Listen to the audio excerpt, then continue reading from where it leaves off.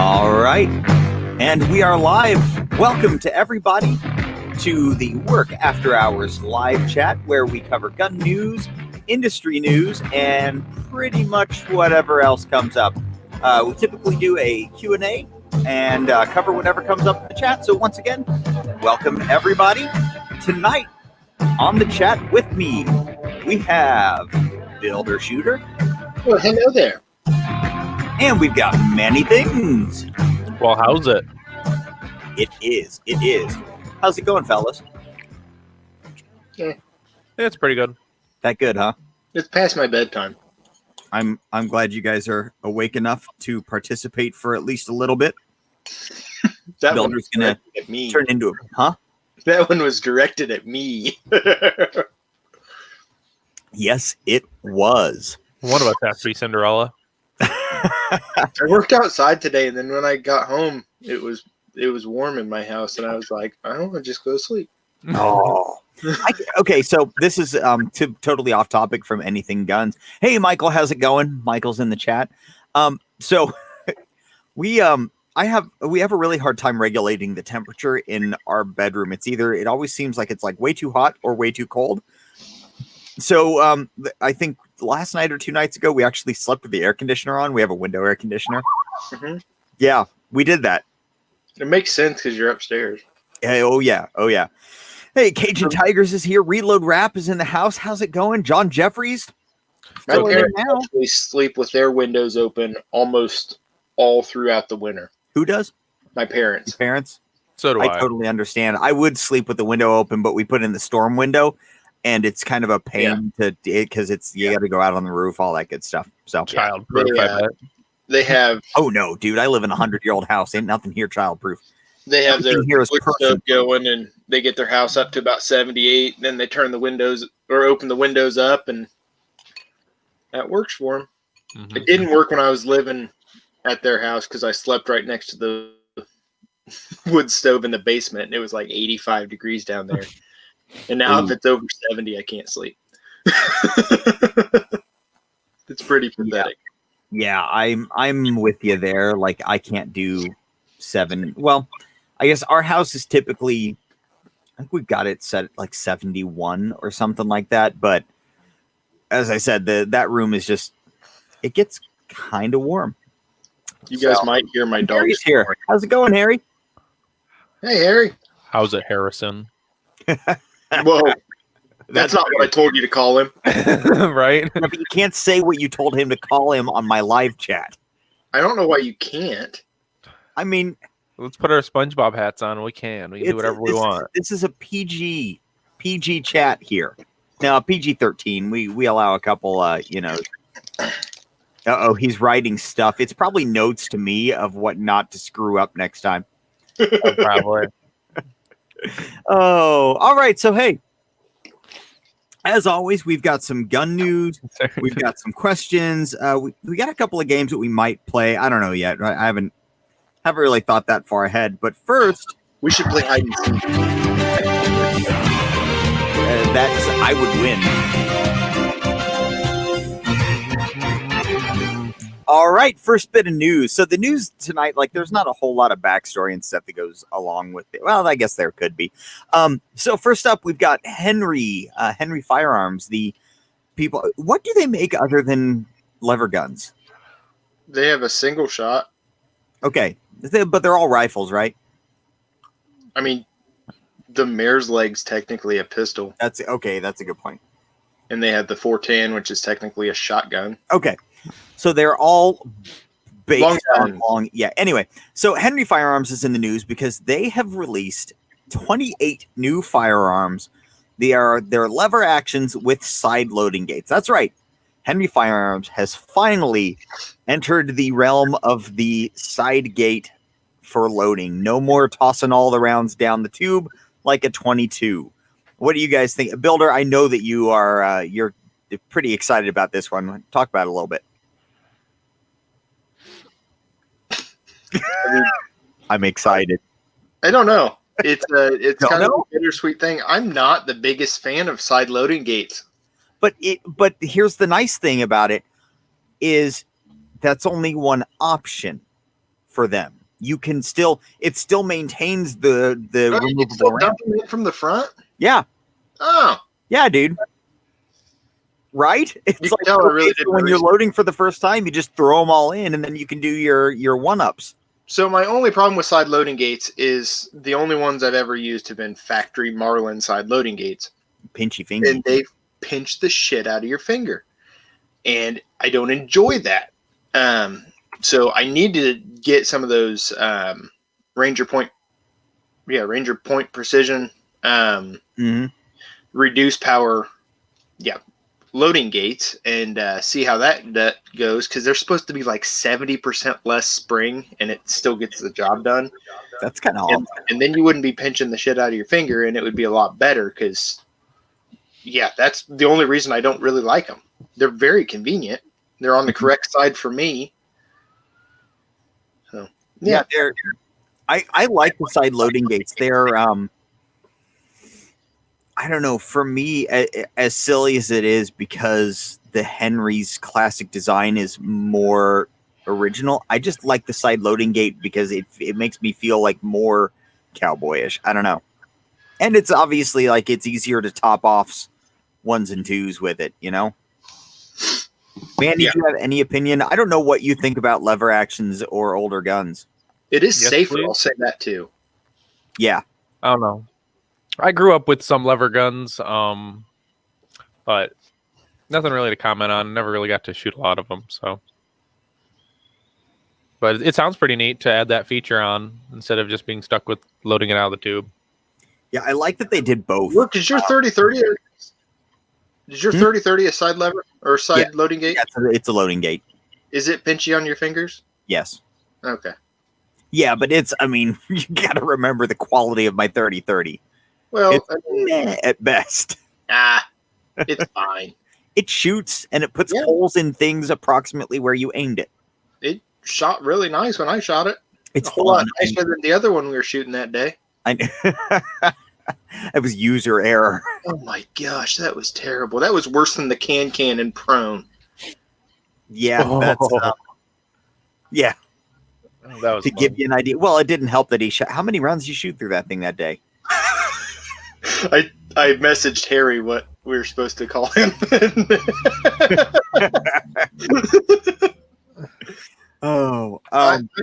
I put 9 rounds through it that day, and you put 1 through it. Was that all?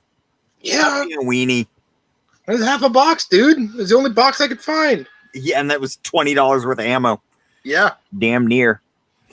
Okay, so let's head on to our next bit of news. So this one is interesting. So SIG came out with its crossbolt rifles. How long ago has it been now? It's shot or NRA or something? Yeah, it was early this year. They just recalled all of them. There is something going on with the trigger group to the striker as attachment, and the trigger, like it's kind of crazy. I don't remember who the YouTuber was that actually did the video, but there's video of it. They full on pull the trigger. Oh, it was Nothing Fancy. So they pull the trigger, nothing happens. They just wait, kind of wait for a second, and then they go to pop the bolt open, and the second he touches the bolt handle, boom, it fires. Yeah, and it was hang firing. It was bad. That's not ideal. No. So, humble. No, I don't still watch Nothing Fancy. I got the information from PGC News. I will say that's like 10 minutes. What? The other thing that SIG just did, which they just dropped a new can, and it was funny because Jordan actually sent the link to Jordan that's in the chat sometimes. Sent the link to Work Humble and myself, and he commented underneath it. He was the top comment, and it said, "How do you go about recalling a suppressor? A brand new SIG product." Yeah, you watch 44 minutes on them. It's not even on watches. It's one watch. It's a fanny pack. I watched the crap out of him when I was in college. Nothing Fancy. Yeah. Dude, I don't think I have ever made it through an entire Nothing Fancy video. Not without before he got like old, like 10 years ago when I was in college. They would go out to BLM land, and they'd set up like run and gun courses, and they'd do freaking run and gun courses. They'd be shooting out to 200, 300 yards. And it was like, whoa, this is awesome. I want to do this. Yep. So, I wish I could. That's one thing that makes me sad about the lack of BLM land out here. But then I remember, oh no, it's nice actually having people own things. So then that goes away. Hey, are there any updates on the Rock Island? I messaged. I know him. you already messaged it, but yeah, I'm it's still running like a sewing machine. Did I shoot 2 matches with it this year? Yes. Okay, I shot 2 matches with it. It never had a hiccup that was its fault. I think I had 1 mag issue, but I mean, you're just, it's a 1911 platform gun. You're going to have mag issues. It's a double stack 1911. Mags, bro. Other than that, it just runs like a freaking sewing machine. The only additional thing that I need to do to it, which I just haven't ordered them, is I want to get new sights for it, because the factory Rock Island sights aren't my favorite. Yeah. They're good sights for factory sights, but they're just not ideal. Just Dawson Precision, if you're watching, send us some sights. I don't think they make sights for it, do they? They do. I'm not going to order Dawson, but they make sites for it. Dawson doesn't need the help. Yeah, those sites are weird, because not only is the fiber that like clouded orange from the oil they ship it in, but the front post is just too big. So and the rear sight moves, not under recoil or anything, but you can touch it and you can move it. So. Yeah, it is one of those springy adjustable guys, isn't it? Yeah, I'm not the biggest fan of those. Isn't that what comes stock on the 34s when they don't have fiber? Or you have the fiber fronts. I don't think it has the spring in it to move to the side. And when I say it moves, I mean you can push it to the side, let go, and it springs back, and it's still true. Like you haven't adjusted your point of aim. But the 34 is adjustable. You can actually, I have pushed out the factory Glock adjustable rear sight. I pushed it out with my thumb before on a brand new gun. So take that with a grain of salt. Right. Perfection. Okay. Next up, this will make Builder happy. Back of an MOS gun. Yeah. This one will definitely make Builder happy. Ruger's Marlin acquisition deal is officially closed. They finished it up this week, and they said new guns built by Ruger for Marlin, or however you want to say that, will be hitting the market in the latter half of 2021. Actually, the way it was worded, I can't tell if they mean new production guns built by Ruger's Marlin, or if they mean new Marlins, like new models. I don't know which one they were saying. It was kind of hard to pull out of it, but that's what she said. But yeah, so Builder, you want to talk about that for a minute? What are your thoughts? You excited? I've been excited since I heard about it. Mm-hmm. Ruger is the company that needed to buy those, and they did. So it's not going to go away. Ruger has great respect for other gun companies, especially other gun companies that have been doing it forever, like Marlin. And if they're gonna, I mean, they're gonna make changes. I'm sure they're gonna make changes. Mm-hmm. As long as they don't like get rid of the 26-inch 1895 CB within the next year, right? I'm okay with whatever changes they make. I could see them. So I could see them getting rid of some of the duplicates within the product line with just different stocks. That I might see them doing, but even then, like, or they could go the complete opposite way and have a build your own Marlin on their website where you go in and you pick your stock, you pick your sights, you pick your barrel. Like, I think they're going to add more models if it's. I mean, if you look on the Ruger website and you look through their pistols, you have your. If you're looking at a GP100, you have your 4-inch, your 6-inch, your 4-inch black, your 6-inch black. And then you have like 15 distributor exclusive models that are different grips or different, and Ruger's really good at that. They have a bunch of different distributor exclusive models, and I'd be surprised if they didn't do that.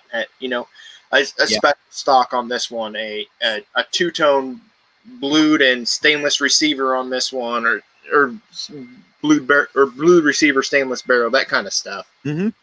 I could see Ruger doing that kind of stuff with Marlin because it is open to do that, and you're not hurting the product. Yep. Yeah, I agree with that. Ruger is, so there are some companies that handle large SKU numbers, like large quantities of product, well, and some that don't. Ruger tends to be able to handle that really well. Not only that, but their quality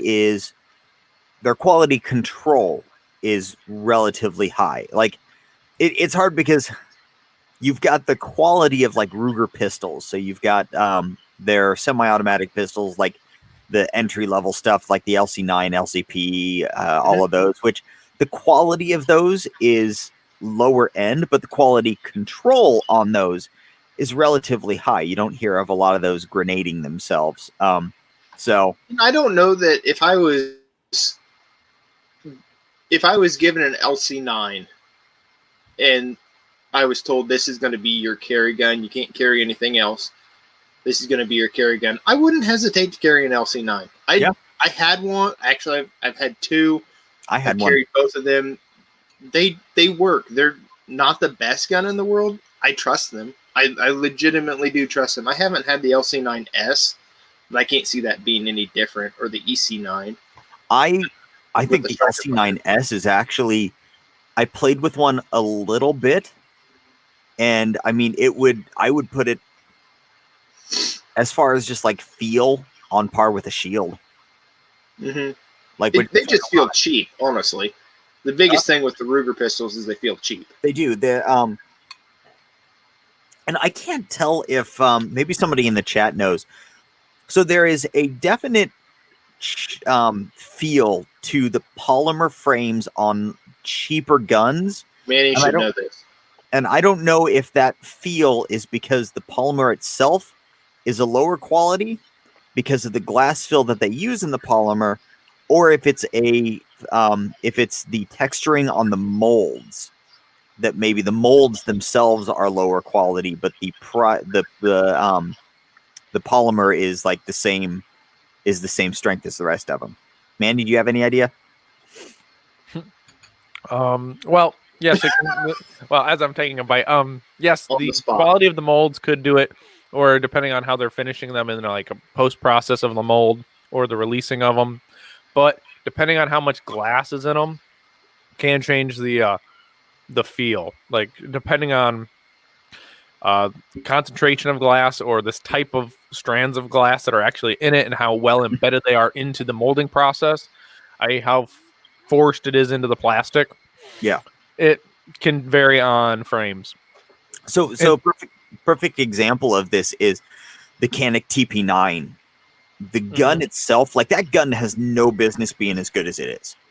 It really doesn't. For what it costs, it should be junk, but it's not. It's a really good gun. But the polymer on it, the frame just feels cheap. It feels it's like comparing the pop metal of a High Point to the stainless steel of an M&P or something like that.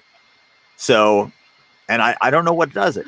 What I would say, kind of my opinion of it would be is a Beretta PX4 Storm, the Canik, and like a Ruger in general, the Ruger plastics. And this is just how I view them. They feel harder than a Glock or a Smith. Like you can grab more brittle, maybe. Grab a double stack Glock. I can pick up my 17. I can take the mag out, and I can squeeze the grip, and it flexes. I can't do that with a PX4. Or if I do with the PX4, I feel like I'm going to crack it. Like it is too hard, maybe. Or maybe I'm just used to the Glock. That's what makes it feel cheap to me is when it's a harder plastic. Yeah. Or more rigid, maybe. Reload Rap said it really well. It's like the Wish version of plastic. Yeah. Jordan says Beretta polymer feels really solid. Hey, there's Jordan. The APX, like when the last one I played with, which admittedly has been a while, the APX felt really nice and solid. The PX4 felt a little bit less. I would put the PX4 as like feeling under the quality of something like a Glock polymer. Honestly, a Glock polymer is like, that's kind of the, I don't know if that's what they should feel like. Huh? Did I hold an APX when we were at the Beretta booth? Yeah, NRA, NRAM 2 years ago. Couldn't remember if I did or not. Technically, it was last year, but it's close enough. Yeah. 2 NRAMs ago. Harry says the VP9 feels cheaper than a P30 frame. Yeah, I would agree with that. I think part of that might be the texturing on it and just P30 feels warm and snuggly when you grab that thing. But H&Ks in general, I don't know what it is. That company has ergos down. Yes. Like they just, you put I do like that you can change the side panels on the VP9. Yes. I don't know that I would, because I like a very small grip on my gun, even though I have a big hand. Like I don't run back straps in my Glocks. When I had a M&P, I ran the small back strap in it. I like the smaller grip of the gun, but I like the ability to change it. Yeah, I agree. It's nice to get that versatility because like on steel frame guns, you can just toss new grip panels on and it changes the whole ergos. With polymer guns, you're kind of stuck unless the company thought about that. So it is nice. And again, you want to see sweet grip panels, pull up Big Johnson's page and just scroll through his pictures. That dude's got it down, man. He does. That's what happens when you have monster hands, though. You have to get them. You're going to get them. Might as well get good ones. So, all right, let's hit up our last bit of news here because we're starting to get some questions rolling in. Let me post that question up in the chat right quick so that I remember it. You'll still forget. Otherwise, I won't because I'm a forgetful person.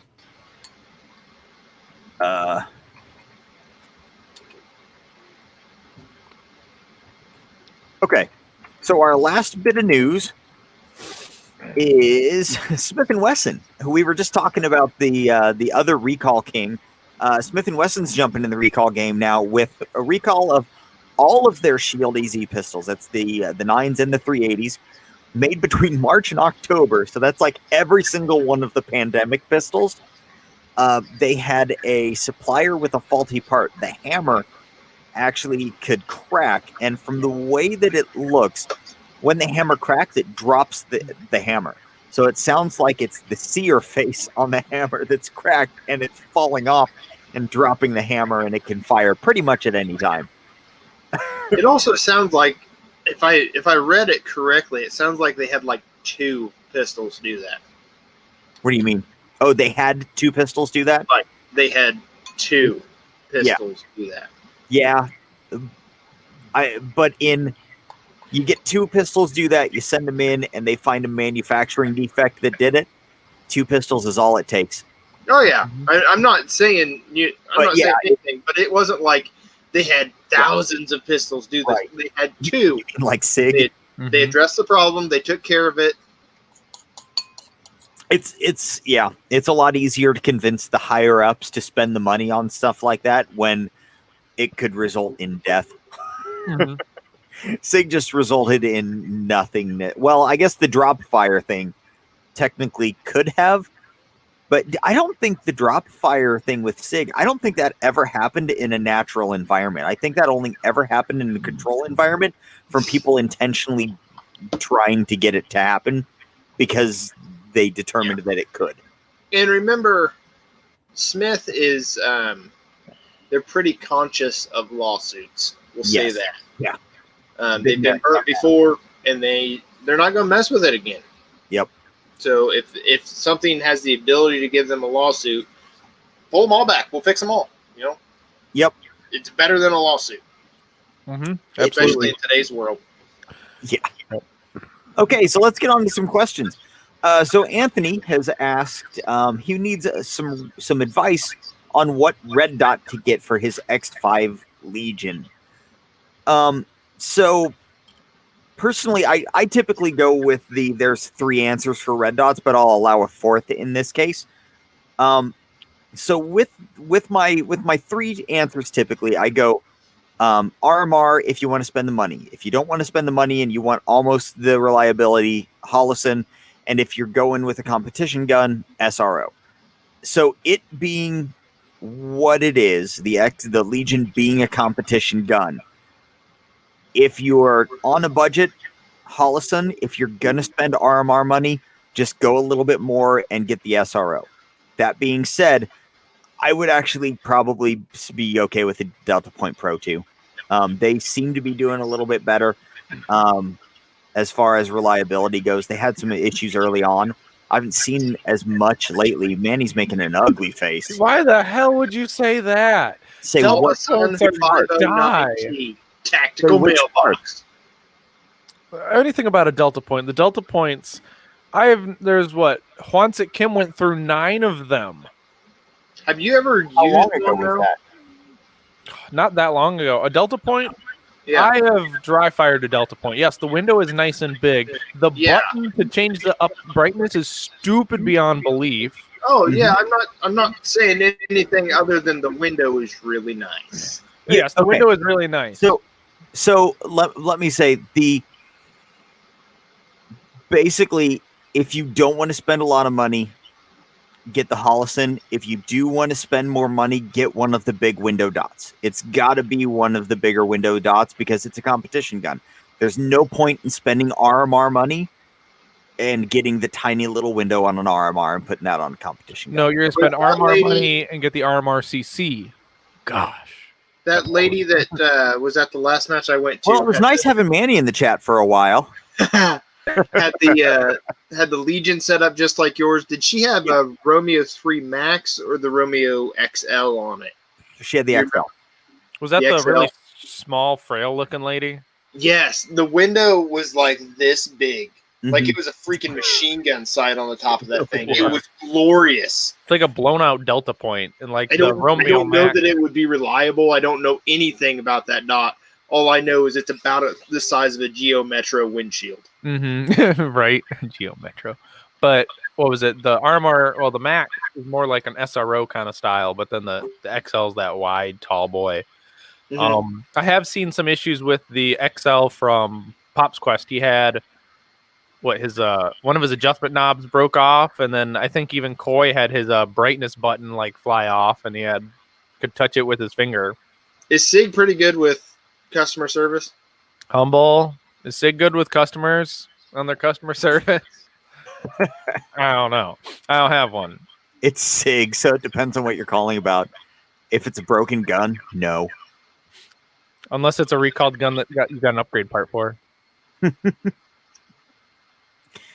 Okay, so let's head our next question. Reload Rap says, what do you think the best social media platform for firearms is?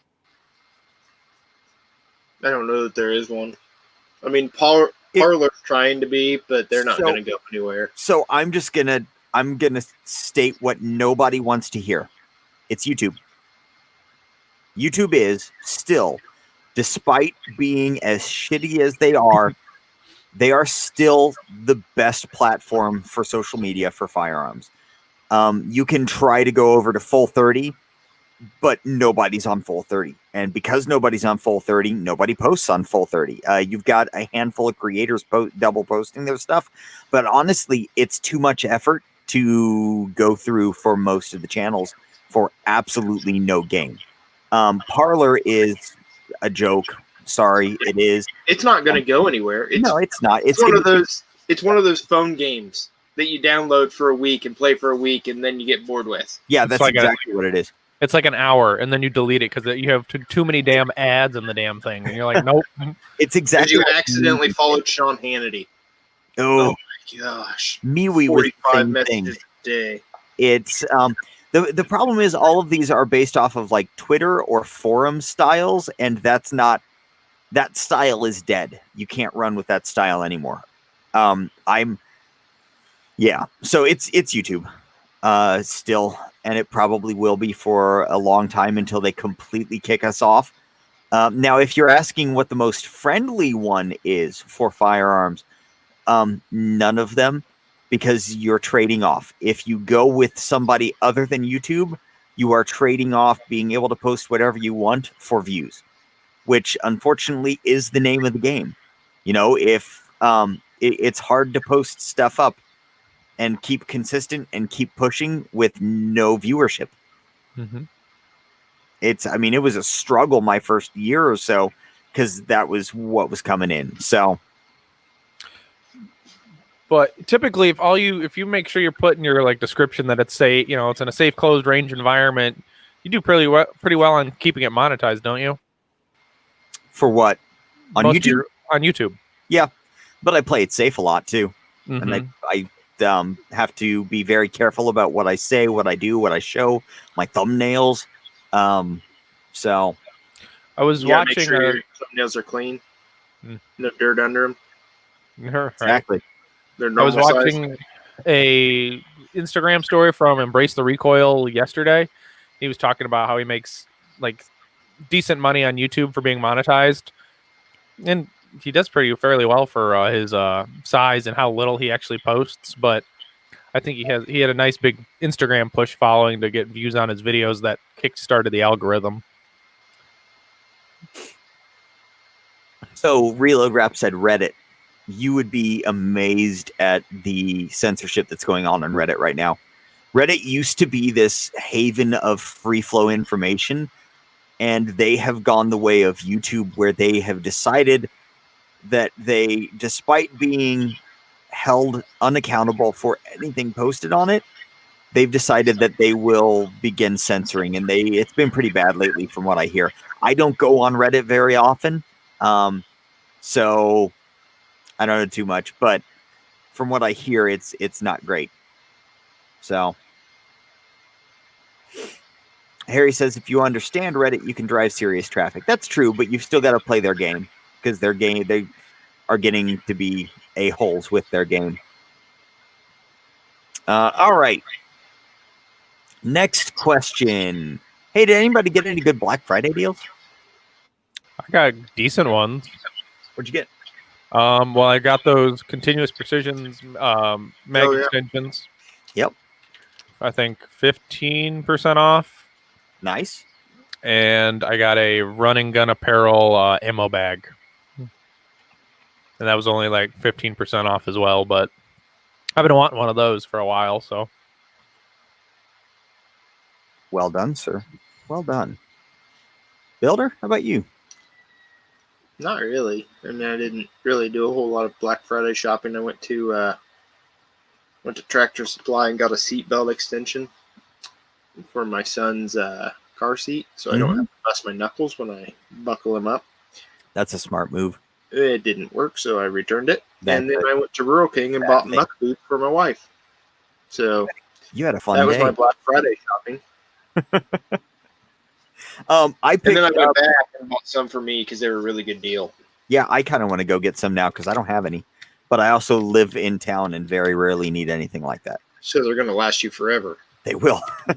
So I picked up a couple of Shield Arm mag extensions for my P10. These are +5s, and I got them for $10 off each. So gold in there. Reload Rap says Reddit's currently 80% of his business.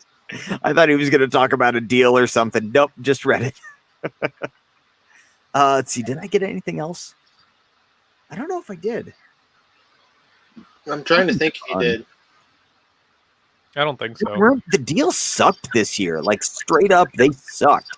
They were coming out with gun deals for actual firearms that were still over what we were paying before, like pre-pandemic, which, I mean, okay, I understand why things have gone up, but if you're going to do a deal, it's got to be, an actual deal.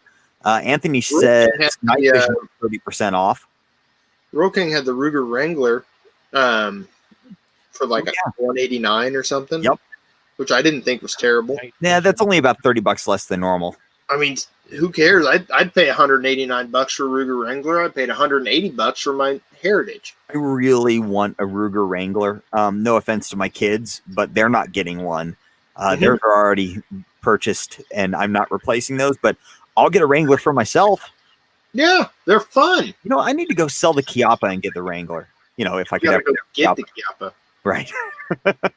Oh, that thing is junk. I just won't ever tell the people. Night Vision. Gotcha. I mean, that's true. If Night Vision was 30% off, shit, you'd be saving $1,000. Yes, you Still would be able to afford it. Let's see. Shooting Gallery says he's got a Heritage and he loves it. The Heritage revolvers are solid little pieces of. There's just no way you don't enjoy a Heritage. Yeah. Mine actually is somewhat broken at this point, and I still love it. So I actually, within a week of both of my sons being born, I went out and I bought them Heritage revolvers. So they are sitting in storage. The boys don't know they exist, but they're there. I figure a single action revolver is relatively safe for young kids to shoot. It's a good first gun. Eventually, I want to get something engraved on the grips because they've got those like kind of cheapy but wood grips. So, Coca-Cola. Huh? The Coca-Cola. Is that what they are? Coca-Cola? Yeah. The only thing I would change on a Heritage, and they make them, they just aren't the ones that everybody buys, is I'd get the one with the target rear sight. So you can actually aim the damn thing. Because I feel like it'd be a fairly accurate little pistol if you could use the rear sight. Right? Or if it had one. So Michael makes a good point. He says gun stuff such in demand right now, no one wants to discount their products. Not only do they not want to, they don't need to. So most of the time, Black Friday happens because companies are either in the red and haven't made a profit, or they're sitting on a lot of inventory, or the firearms industry doesn't have that problem right now. There is not a single section of the firearms industry that hasn't had massive demand over the last 8 months. Now, it may be dying off at this point, like demand is starting to fall off, so we're starting to see stuff come back, but it still is high enough and could change at any moment. So they're not in a hurry to be getting rid of stuff. So for perspective on that, you would think right now meaning 2 months ago to now, people would be buying 9mm 223 308, the popular calibers, right? I attempted to order a single box of 4570 4 different times before I actually got one. Because they were either, two of them wanted to charge $30 shipping for one box of ammo. But then another one was it was in stock when I ordered it and out of stock right after. Mm-hmm. And it is what it is. But last Saturday, 2 Saturdays ago, I got online to see if there was any 4570 ammo. Got on AmmoSeek, searched 4570 in stock, and it pulled up 0 results in stock. And that's 4570. Yeah, that's 4570, which, I mean, it is a somewhat popular round, but it's not a high round count round, and it's not that popular. Yep. And granted, it's deer season in most of the states, but still, who all is using a 4570, I was going to, and I didn't. But that one just surprised me. 450 Bushmaster, on the other hand, I mean, you can get that wherever you want. It's just out there. So going to 3030. Mm-hmm. So there is currently 3030 in stock. It is a bad time of year to be buying hunting rounds. It is. No matter what year round. $100 for a 20 round box of 3030. No. Yeah. No. What is it? Winchester Super X. Oh. That's like 75 cents a shot max. Yeah. Yeah. Like it's insane. Harry says he's interested to see what hunting ammo is available in 21. I think hunting ammo, I don't know. I think 308 is still going to be semi hard to find. It'll be easier to find than 223. Like, I can walk into most of our shops and find at least a couple boxes of 308 right now. Can't do that with 223. But And I actually bought a box of soft points because I had some left over from last year from hunting and I was concerned. So I bought a box of soft points. Work and I went to the range. I tested my loads from last year and they gave me a decent group. And then I was like, hey, I have these AMAX hand loads that I made, 8 years ago. Mm-hmm. So I brought those out and they shot a little bitty group. And I'll tell you, they dropped 2 deer this year. Didn't even have to buy any ammo. I've picked up a couple of boxes of 308 just to have it. I bought about 500 rounds of 6.5 Grendel. That Wolf stuff actually shoots pretty well through my rifle. For what the rifle cost, it better. So, but yeah, it's working well. So, Harry says they make those most hunting ammo in batches. They don't have machines dedicated to make just one caliber a lot at a time.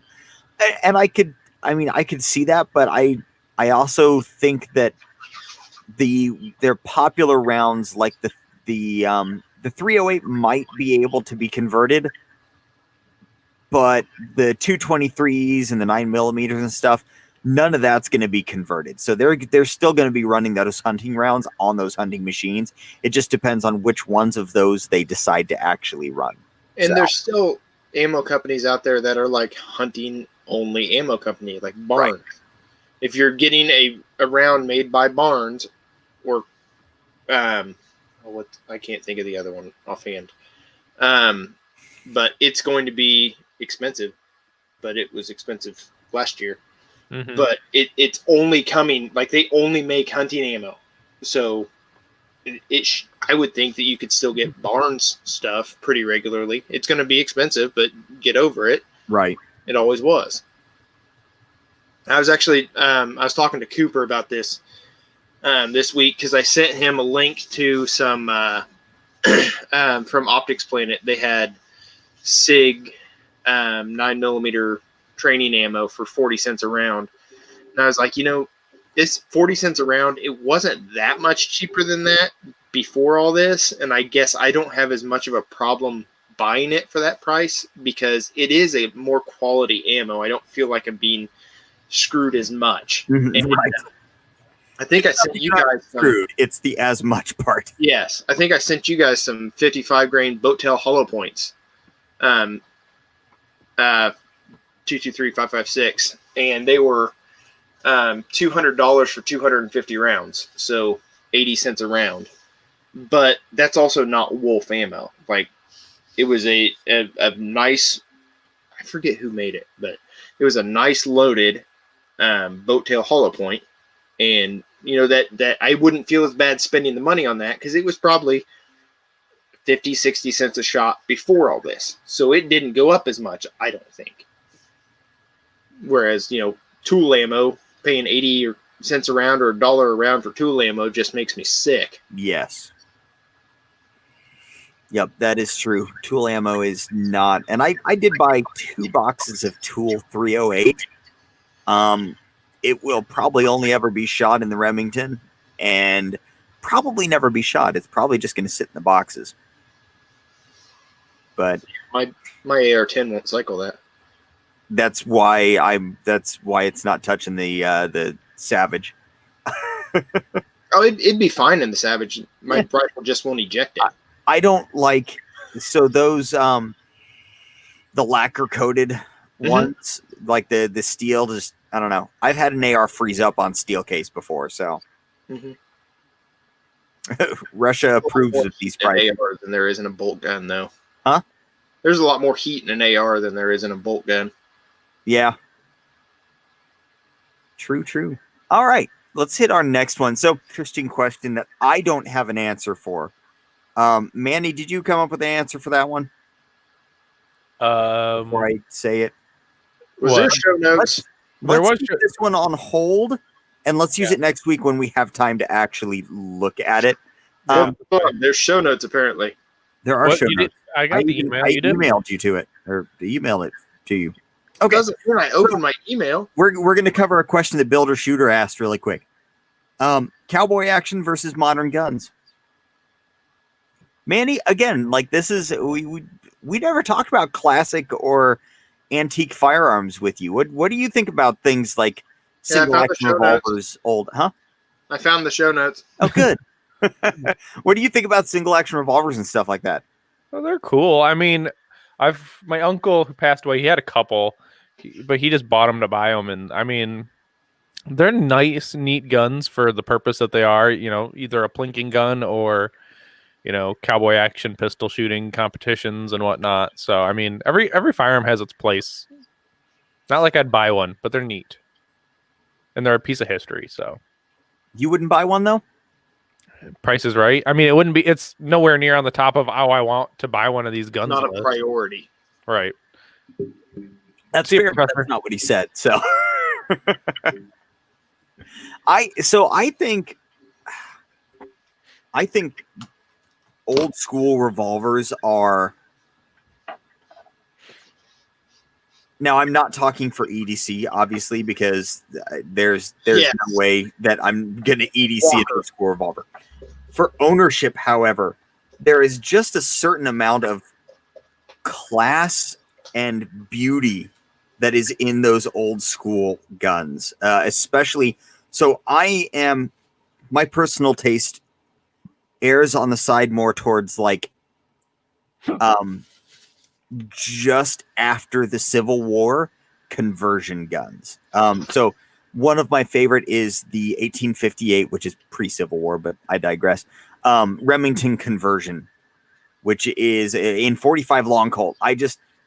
There's something about those early cartridge guns that just, because they're still built like black powder guns, it's like old steam locomotives.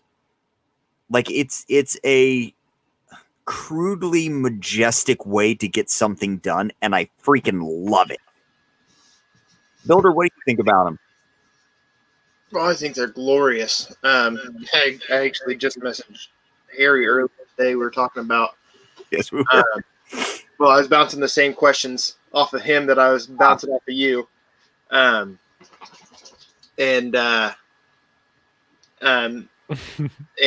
yeah, I forgot where I was going with this. Oh, I told him, I was like, I'm at the point now that I would rather have, I think my next purchases are going to be more cowboy action style guns and what I consider FUD guns, which are bolt actions and stuff like that. Not for any political reason. I'm not making a political statement. Nothing modern has my interest. Mm-hmm.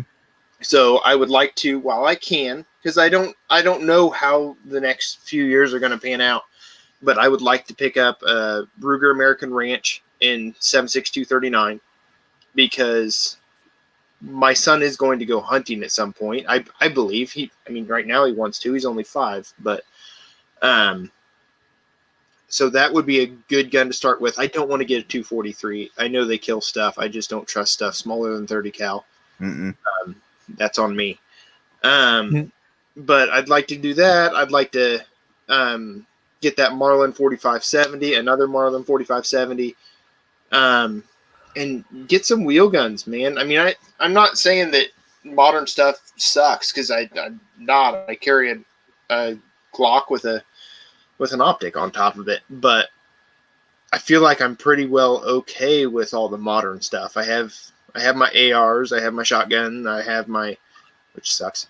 I have my semi-auto pistols and everything. I think I'm to the stage now where I just want to play with stuff. And those old intricate guns, to me, are more fun to play with. I mean, the 1858, I think you have to take the cylinder out to load it, don't you? I think maybe. I hope you do. That would be glorious. I'm pretty sure you do. I know you do on Dragoons. Yes. Yeah, I'm pretty sure you do have to, because the way that the conversions work is each cylinder has its own firing pin contained in a cap on the back of the thing. Yeah, because they used to put caps on them. Huh? Because they used to just put caps on them. They had 6 nipples back there. Yeah. So it's I just think they're majestic and glorious, and I think we need some. All right. So our next question comes from good old humble marksman, who asked me, when will the next video drop where I talk really quickly and move my hands really fast? Wednesday, right? with the baby No, hands, right? The majority of those videos were tabletop videos, and most of them were tutorials. And I'll tell you, I got really sick of putting that much effort into stuff and getting it demonetized or full on taken down. So I haven't done that many tutorials lately. Not only that, but I ran out of stuff to modify. You can silicone carbide my grip. Yours? Skills do that to mine. Stay away from but all the same, I'm out of stuff. So I need to stay away from mine. Like them how they are. Honestly, I don't know which gun I'd do it to, but mechanic. No, the problem is I would do it to one of the SIGs, because with the SIGs, if I screw it up, I can just buy a new grip module. Yay, modularity. But I mean, you can do that with the Glock too. Okay, Builder, you just wrote I want to do it with my Heritage 22 and my Henry 22 in the chat. We're talking about silicon carbide, so that's where my head went, and I'm like, that'd be a terrible application for that. Oh, I know what you mean. That's replying to Humble. I know, but it's still funnier the other way. Yeah. I mean, the Heritage wouldn't be a bad one to start on. Oh, I messed it up. Oh, but yeah, I haven't been doing tutorials that much. I ran out of stuff to modify. I did an entire AR project off screen, which kind of made me sad, but ARs are like dots. They are poison to the channels right now. So I'll do reviews on all the stuff, but actual assembly of the ARs, can't touch it.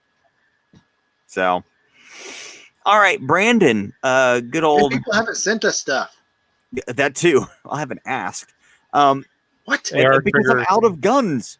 I don't have guns to do things anymore. All of my new guns I've gotten from Harry. We have the double Rollins. Well, I know I'm working on it. That was behind the PO1, which had to get done, and the PO1 went out this week. Got shipped out yesterday. Finally. So I am 5 Rollins special. I'm excited about that. But yeah, we do need to do the Battle of the Rollins. That'll be fun. Mm-hmm. So our local guy here, Brandon, he has asked, what's your favorite place to shoot USPSA? And why is it Wildcat Valley Rifle and Pistol Club? Well, my simple answer is I've never shot one anywhere else. Builder, how about you? I mean, technically, yes, that would be my answer. But I don't know that, and I haven't been to another match, but I can't imagine a different one being that much better. I mean, Brandon busts his ass doing it. So, he does. I don't really have any complaints, except for my miss target. No, you fail to engage. It's not that you miss them. You totally forget targets. I missed them with my eyeballs, Manny. Yeah. I take that back. I have shot one at one other place. I shot it at Applied Ballistics, so it was inside. And as much as I love Applied Ballistics, USPSA is a game best played outdoors. It was stinky. It's nothing wrong with Applied. It was stinky because lead. Yeah, like it's inside. The thing that my biggest concern with shooting inside is you get the brass on the ground and it's like walking on ball bearings. You take one corner wrong and you're slipping and sliding around. So, how many stages did they do? 4, I think they did. Yeah, it was 4. Yeah. So, and it was fun. They did it over lunch. I actually worked that day, took a long lunch, shot USPSA, went back to work. It was fantastic. But yeah, it's definitely not as fun as outside. It's nice because I think they do one of those classifier ones where you go and you shoot 6 classifiers so you can get classed. So that's nice. But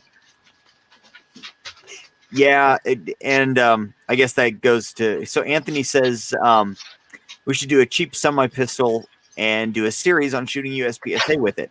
As I said, I want to be able to hit B class first. That's just a personal goal. Once I do that, I'll start playing around a little bit more with that. And as Builder said, we are planning on doing an IDPA match next year. You know what we need to do? I have no idea what we need to do. We need to squad with people that don't know us. Okay. We need to show up with What's the with my best 34. fun guns we can take? No, with my 34 Okay. and just one gun between the two of us. We tell them that we split it. We split it because of the pandemic. Right. And we Right. both wanted to get Ooh. good with it. Humble's got good ideas. Wear fake mustaches. I'm still trying to get this guy to dress up for USPSA in October. It ain't gonna happen. I think a Halloween I'm not doing short shorts August, and I'm not dressing up in October. Oh, short shorts August. is Mammy's so interested fancy. in short shorts August now. I saw the sideways glance. Not for you though. I can't blame you. Not sure where we're going with that. Nobody wants to see that. Not even his wife. Oh. Oh, poor guy. It's. Let's be honest. None of our wives want to see that in any of us. You win some, you lose some. Right. Honestly, I don't think that's a loss. Let's see. So, Link's Defense wants me to say it out loud why Glock is the best gun maker around. Why Glock is so much better than CZ is what he wanted me to say. He's not even here in the chat, but I'll say it anyway. I was talking to Humble about this. It's really easy to be really good when you only do one thing.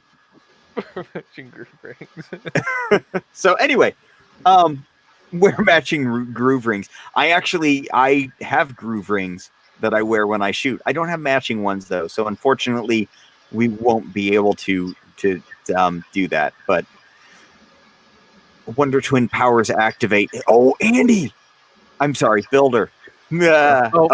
Oh, he's gonna kill you now. We need to learn the fusion dance. Uh-oh. Yes. And before we shoot every single one, we do the fusion dance. Fusion. At least for an intro. Oh. Okay. What have we make just ready. done? Well, Manny will be at one next year, I'm sure. Yep.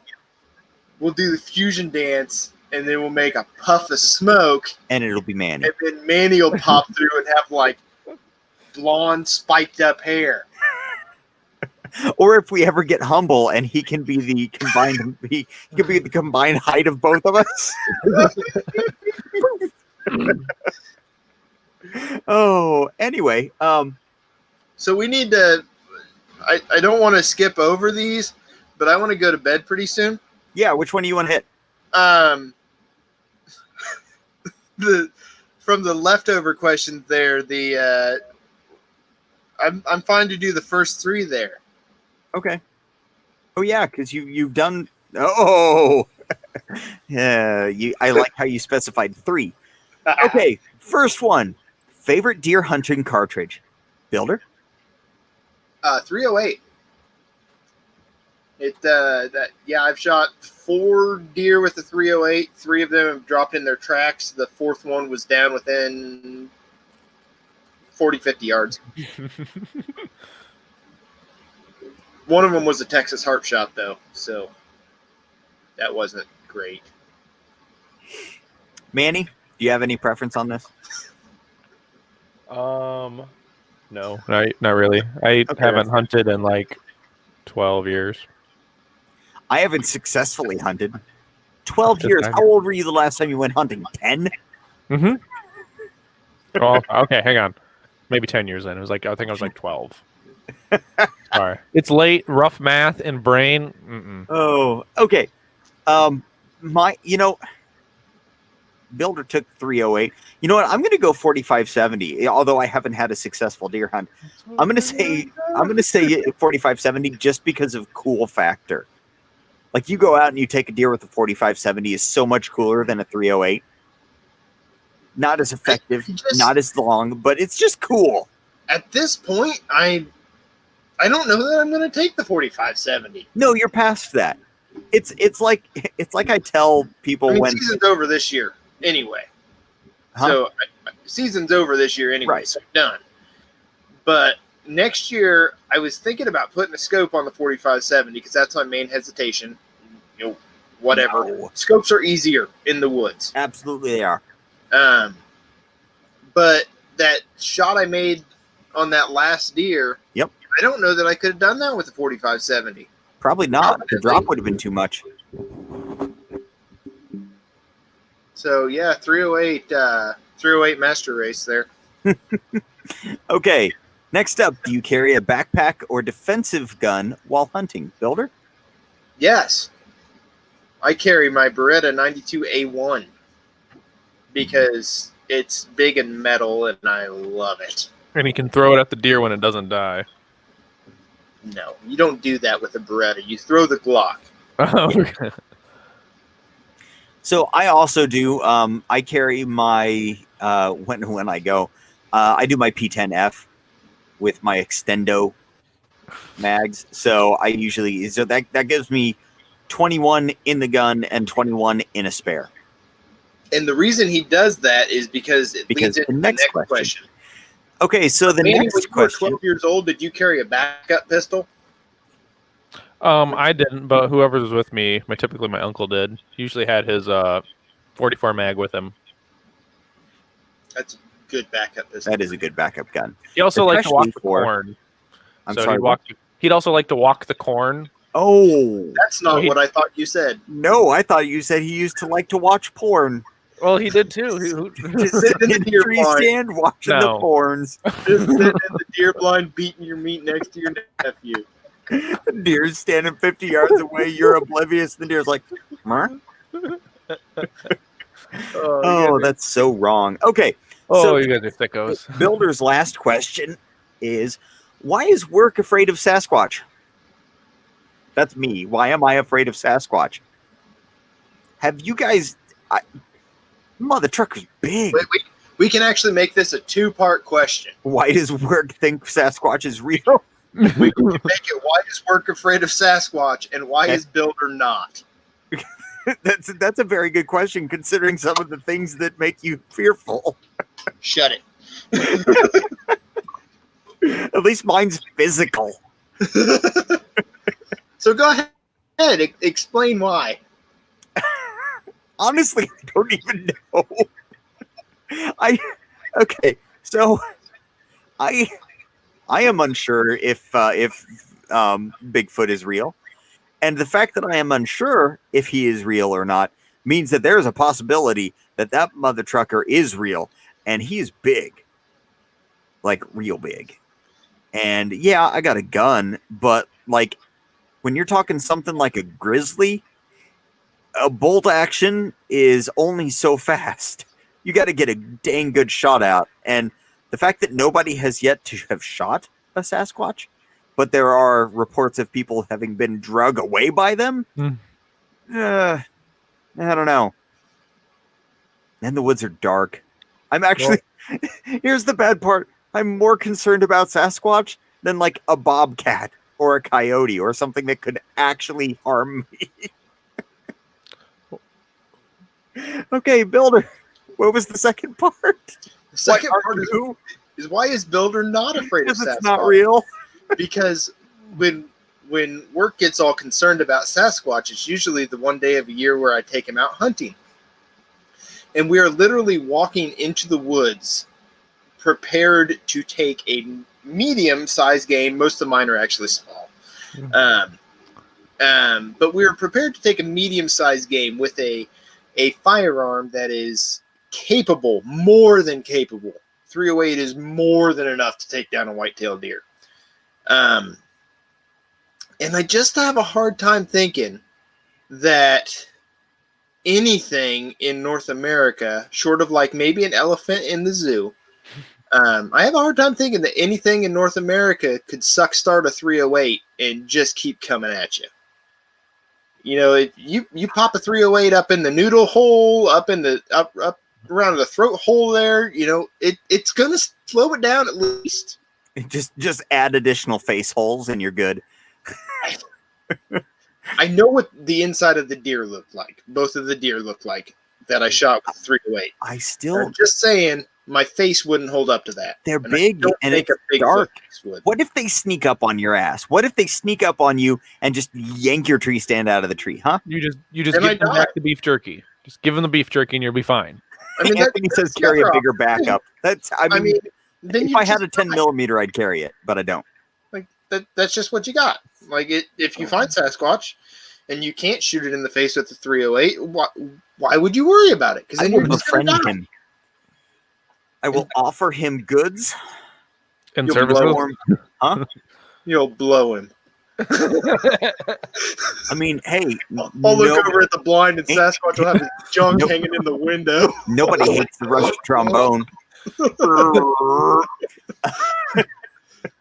There you go. That's our 2-part thing. You'll start blowing him and I'll shoot him in the face.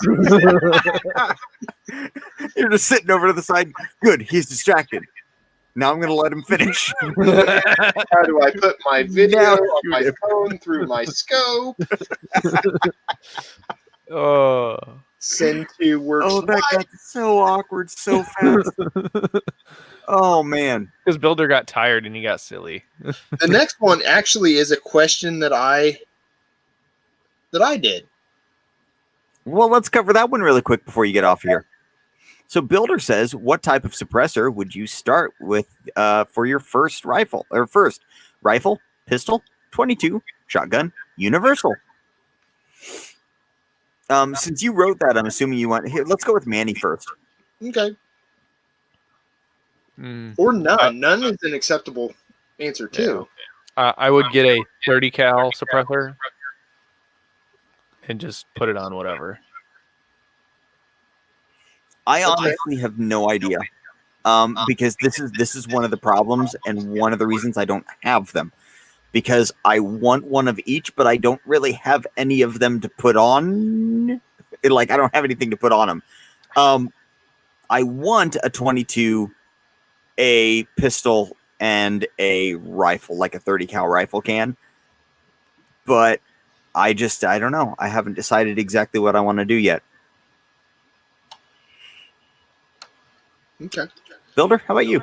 I started with a 22 can, and I gotta say I'd probably do that again. I've used other cans and they're cool, but they can also be very disappointing. You put a 5.56 can on a 5.56 and you shoot a full power 5.56 and your ears still ring, and it's like, why did I just do that? 45 cans are fun, all that, but I would definitely start with a 22 because when we all went shooting for the Glock trigger review and the can launcher and everything, I took my 22 Franken AR and I shot Agula Super Calibres out of it. Which are so fun. They're like 20 grains. They go like 500 feet per second. And I shot the first one, and Levi was standing there, and he's like, it didn't work. And I said, no, it shot. And he's like, no, it didn't. So I racked a new one in, and I shot kind of into the brush a little bit. And you could hear the projectile go through the brush, and his eyes just got so big. You can't, short of a 45 ACP, you can't do that with anything else. I mean, nothing gets as quiet as a 22. Nope. That being said, I still, and this kind of leads into another question. So, Builder, whenever you want to, you can go. So, okay. Harry wants us to. Are you sticking around? I'm reading the chat. Okay. So, Harry wanted us to talk a little bit about mouse guns because he and I have been kind of talking mouse guns lately, and I really the suppressor. What? Me too. I was there. You were there for part of it. It got started in person. Or not in person, on the phone. But we were talking about suppressors on... see, I made him mad. He left. We were talking about suppressors on like smaller guns, like a 32 or a 380 or a 25. These are all like subsonic rounds. And I really want a suppressor on a subsonic self-defense round. I feel like we've had this conversation before. But I want it to happen. I really think it needs to. And then it was brought up that NAA has 2 really freaking cool rounds. They've got that I just like mentioned in passing how cool it would be, and then Harry's like, "Look, they exist." right. So they got the 32 NAA, which is a see ya, humble, which is a 380 case necked down to a 32. Throwing I'm pulling these off the top of my head, but I think it's like a 70 grain projectile at like 1,200 feet per second out of a 4-inch barrel, and it's like 1050 out of a little like sub 3-inch barrels. Could you imagine the fireball on that thing? Oh man, I want to shoot it so bad. So then they also have the 25 NAA, which is a 32 case necked to a 25 caliber round, which is the one that I had mentioned, and then Harry's like, "Look, they are real," which is equally awesome to me. Like, I need these in my life now, at least one. I actually got a hold of NAA. They didn't say like that. I talked to them a little bit, sent them an email. Nothing ever came of it, but I want one because holy crap, I didn't know these existed, and I want them really bad. Like, the NAAs are cool, but they're a little chunky, in my opinion. I've never held one. If you could get one of those in like a Kel-Tec P32, yeah. Get the 25 NAA in a Kel-Tec P32 where it's a little bitty pocket rocket. Mm-hmm. I would say the Beretta, but it's super the Bobcat chunky too when you get the 32. It's super what? It's super chunky. Yeah. Honestly, I think the 25 NAA or the 32, either one of those would be really cool in like a Walther PP series. Mm-hmm. Or the Bursa Thunders. Although the Bursa is honestly, that high pressure might not hand like the aluminum frame might not do so well with it. But that might not be the best. Like a PPK or just a PPS, like, oh man, that would be a fun gun to shoot with that round. Or like a SIG 238, where you know it can handle anything you're going to put in it. Yeah. And you just send little freaking rocket ships downrange. I like this. I like this a lot. I think this all needs to happen. Man, I wonder what it would take to get a 238 barrel chambered in that. Like, you'd have to find a barrel blank. Yeah, or just make it from scratch. Barstool. It'd probably cost you about $350. Dude, that's totally worth it for that. Like, to get the 32, I mean, the magazines will already run it. Mm-hmm. Oh my gosh, this needs to happen.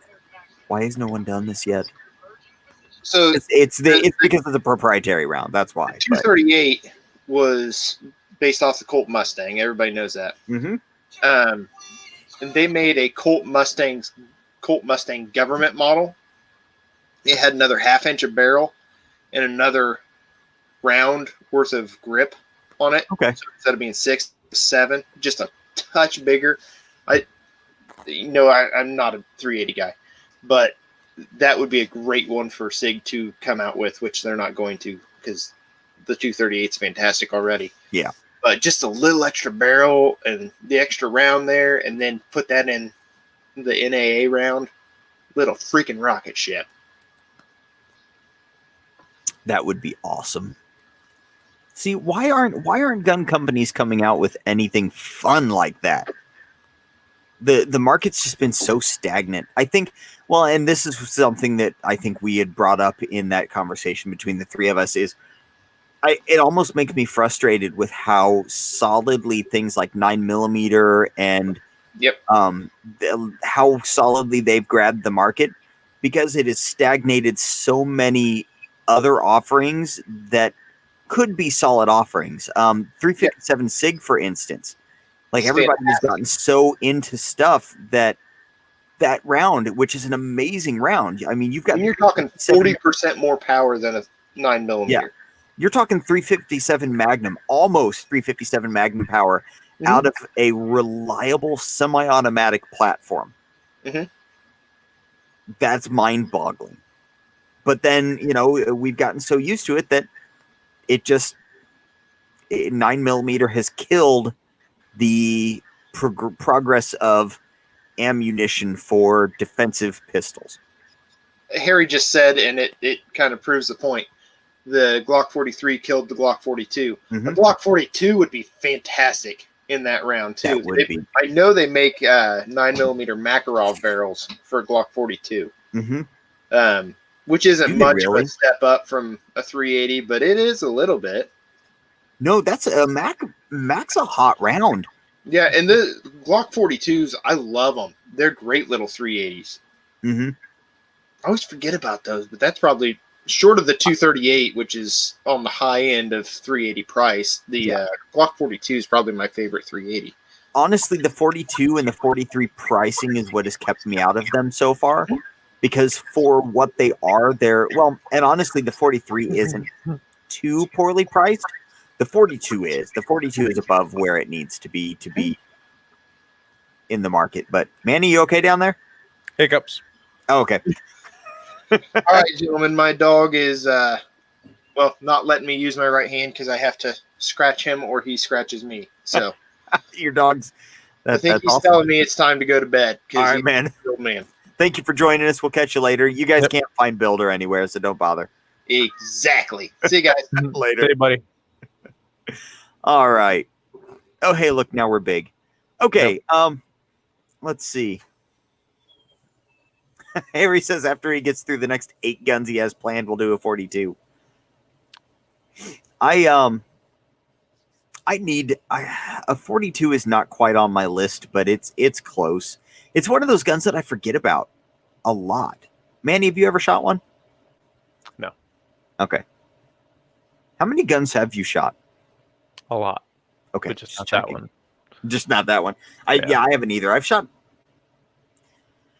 most versions of Glocks, or at least something similar to it. Like I've shot 10mm Glocks, 40 Glocks, all that good stuff. But I mean, the 42 kind of fell out of limelight because of the 43 coming out like a year later.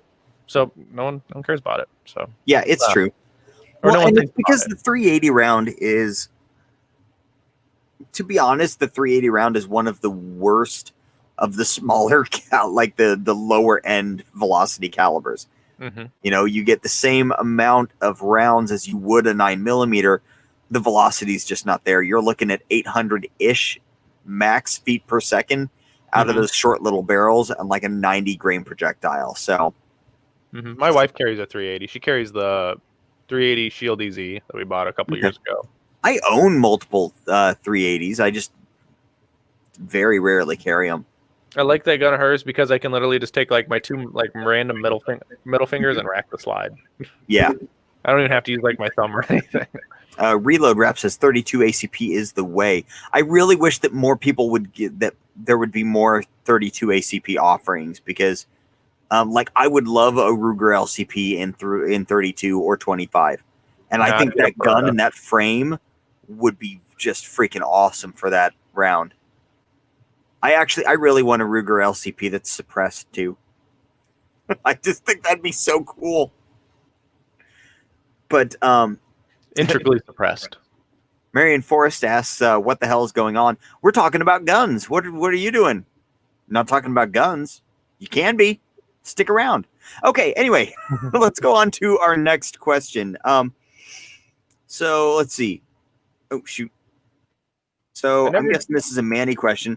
What do you do to keep your self-defense firearms capabilities high? Manny, what do you do? I dry fire. But do you dry fire your defensive setup? I've been doing about once a week now. Yeah. It's different, isn't it? No, not really. Oh, it is. I still haven't made that video. It is. It's both similar and not all at the same time. And you think it's similar until you go out and you're put on the spot on a timer and you have to clear a cover garment while trying to proficiently do a drill in front of a massive amount of other people. Like the internet? No, not the internet, like a class. Like once you get the gun out, 99% of it's similar. It's getting this stuff out, getting to your stuff that changes. I typically at work can't carry, so I freak the cameras out at work because I will air draw like all day. So like I got no problem ripping up my hoodie or like ripping up my shirt. Like I have no problem. Like that is like so ingrained. I think it's even a practice clearing a cover garment.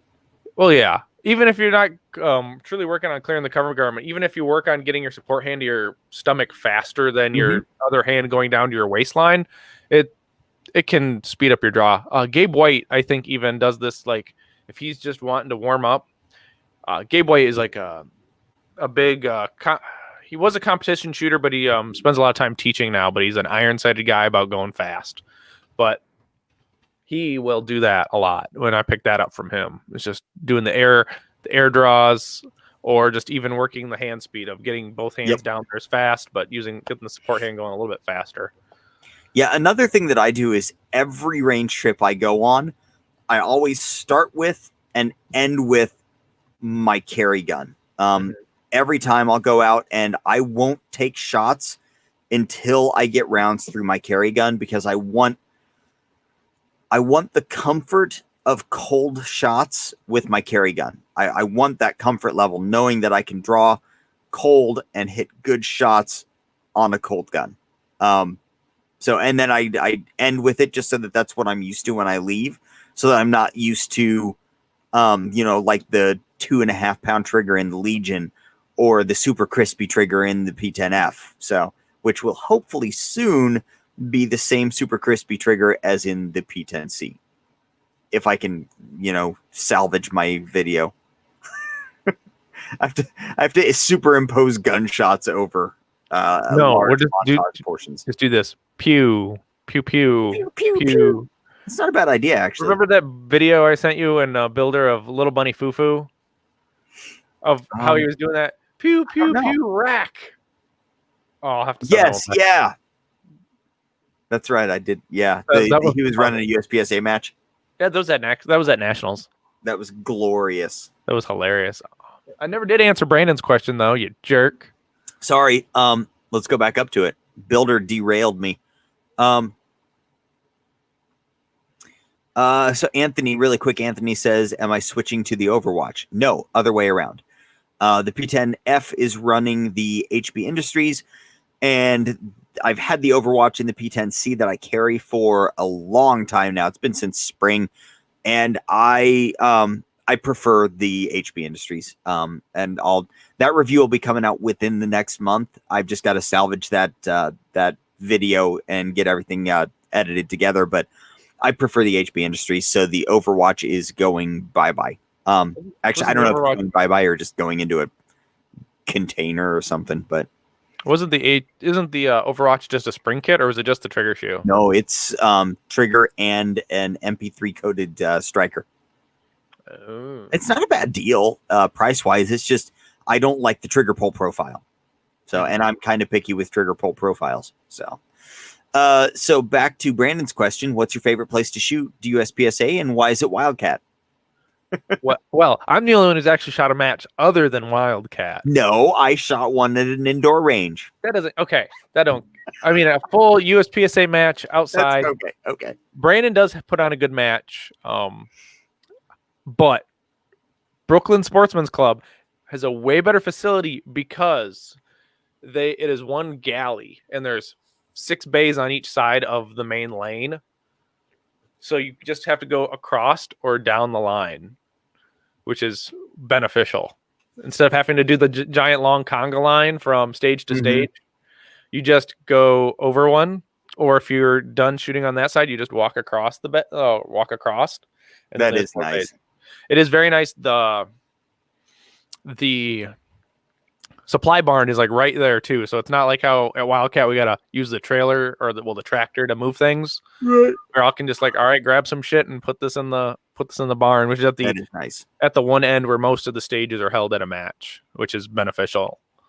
But they both put on. Well, we'll see how the Brooklyn field courses are. I had that class fire match there. Oh right. But the sheer ease of walking between stages and and being super close to putting crap away, it was so nice. And the facility is nice, and it's only 50 minutes away from my house. Mm-hmm. And I need to call the club president about getting a membership, so because I couldn't find anyone to sponsor me. So, oh yeah, the members. I don't know anybody. Yep. And no one was or have contact information for anybody. I might try to find the USPSA match director's information, because typically the person who's the match director at a club is typically a member as well. So yes, yeah, I think they have to be. Mm-hmm. So, all right, let's hit up our next question. What ammo do you run in your EDC and why? Manny, what ammo do you run? I run 147 standard pressure HSTs. Okay. By Federal. I run 147 standard pressure gold dots. I thought you were a 124 guy. Nope. I used to be a 124 guy. So I used to run Winchester PDX 124 plus Ps, which when paired with my my PO1, that was back when I was running my PO1, they shot like butter. Point of impact was spot freaking on, and the PDX ones are especially the 124s with the plus Ps, it was just, and all the research that I had done, it was a really reliable, really expansive round. Like that round just blew up when it hit something. Mm-hmm. Can't find it locally anymore. The shop that I bought it at stopped carrying it, and I don't like having to rely on, I like sticking with a certain carry ammo, and I don't like having to rely on mail order for carry ammo. So I switched over to the 147s from Gold Dot. The reason I went 147 over 124 is because I want to run the same round in all my guns. I don't want to have to stock multiple different self-defense rounds. Mm-hmm. So the 120 or the 147s will do better in a gun like a P365 with a short barrel, because you're going to get about the same velocities out of the two, but because you've got the same barrel, but you need that additional mass. You need that inertia to be able to drive through, because you don't have the velocity from a longer barrel. Right, you don't have the burn time. Right. Don't they make like a Gold Dot or an HST for micro guns? They do now. They didn't used to. That's been new within this year. And it's SIG that makes it. And I am not sold on it yet. Yeah. I think I know SIG makes a version of it. Federal might, but I don't think that it was them. Harry says 150 grain HST, so maybe that's it. Yeah. Because I'm actually thinking of trying to get 124 HSTs to then be more similar to my comp load, which is a 125. The thing with comp loads, and you're going to be running different velocities with the two, which means that despite the grain weight of the projectile being different, they may actually still impact the same point, because you're running such different velocities. Because with the 147s, you're going to be trying to push that high end with the of the velocity, like that's capable with that. But with competition ammo, we're trying to get as low as we can without going too low. So we'll see. I haven't decided what I'm exactly going to do until hopefully I get my chrono here end of the month. I still need to get one of those. No, you don't. You have one that's like 20 minutes away, and you keep bragging about it. No, I just said I can't. I like having my own stuff. I don't like having to rely on builder. Plus, if I've decided like spur of the moment, I need to go down to the range and I want the chrono, I don't have keys to his house. True. Do you fill out the paperwork for Wildcat yet? No, not yet. Anthony, you do need to get some holsters for Harry. You can use Work the Trigger for 10% off. Yep. The singleton is freaking amazing. I don't have mine with me. It's upstairs. But the singleton is one of the most comfortable EDC holsters I've worn. I love that thing. I wouldn't know yet, so. But get yourself a Contender as well. Everyone needs one of those too. Yeah, the Contender is really freaking nice. Let's see. Were you looking up something still? I was just seeing if it's a federal premium HST. Like Carrie said, 150 grain. I thought maybe Sig just. No, they make Harry said they made a P365 specific ammo. Mm-hmm. I know. I'm excited, Harry. We are close from the 17. Like really close. So. Yeah, we're So for those of you, if anybody watching didn't watch the video this last last Wednesday, was that yesterday? Yeah, yesterday. Yesterday. I work with Harrison down at Harry's Holsters. I do a lot of his CAD work now, so that's why I kind of know some stuff. I make the pretty computer pictures for him. Yes. Oh, look at that! That's nice. So we need to rebrand that. We need to rebrand the holster company from Harry's Holsters to Harrison's Holsters, though. No. Nope. Yep. Oh yeah, because you'd have to change the inside of the holster, wouldn't you? I mean, that's like 3 key types. People misunderstand. Like if you're solid at the job, people misunderstand the difficulty of modifications to CAD things. Like because I've done it as long as I have, in order to make a change to it, dude, it can be really quick. That being said, Harry, I blew up one of our models and I've had a really hard time fixing it. So that's why you haven't gotten it yet. It's your fault. Have you shot the VP9 yet? Great. What? You shot the VP9 yet? Yeah. What'd you think about that? That's the new one, isn't it? Yeah, it's the 2020. So I shot the VP. I took the VP9, the 509, FN 509, and that one, Harry, the 509. I'll tell you about it later. Yes. That one. But between the two of them, the FN 509 and the VP9, the VP9 takes it by a large margin. It is just the nicer gun. The stock trigger is as predictable as the Apex in a 509. The ergonomics are better. The recoil impulse is better. There's nothing against the 509. It's just not as nice of a gun. Yeah. So isn't the VP9? Isn't it a full size grip? But they were had dumb 15 round mags instead. So it's the 509. Yeah. Both of those are full size grip and shorter slide guns. They used to have a 15 round mag in the VP9, and it is now 17. And it's nice. Like, it's not, the 17th round was difficult to get in. Like, they really crammed them in there. It was easier in the 509, and with the VP, oh man, was it the VP9 that 17th round was really hard to rack on the H&K. So doesn't HK have like that built-in like ledge on the back of those? Hey, Kathleen's here. Totally fake. Yep, we're totally fake. This is a bot. We just have pre-generated this, and you've been watching this. Jordan says he disliked his VP9 trigger. The VP9 is on the nicer end of like regular striker fire triggers. Like you've got Glock is kind of in the middle. They're like low middle. The VP9 is kind of the upper middle. The P10 stock trigger is in the upper middle. The Walther, they're a little bit higher than that.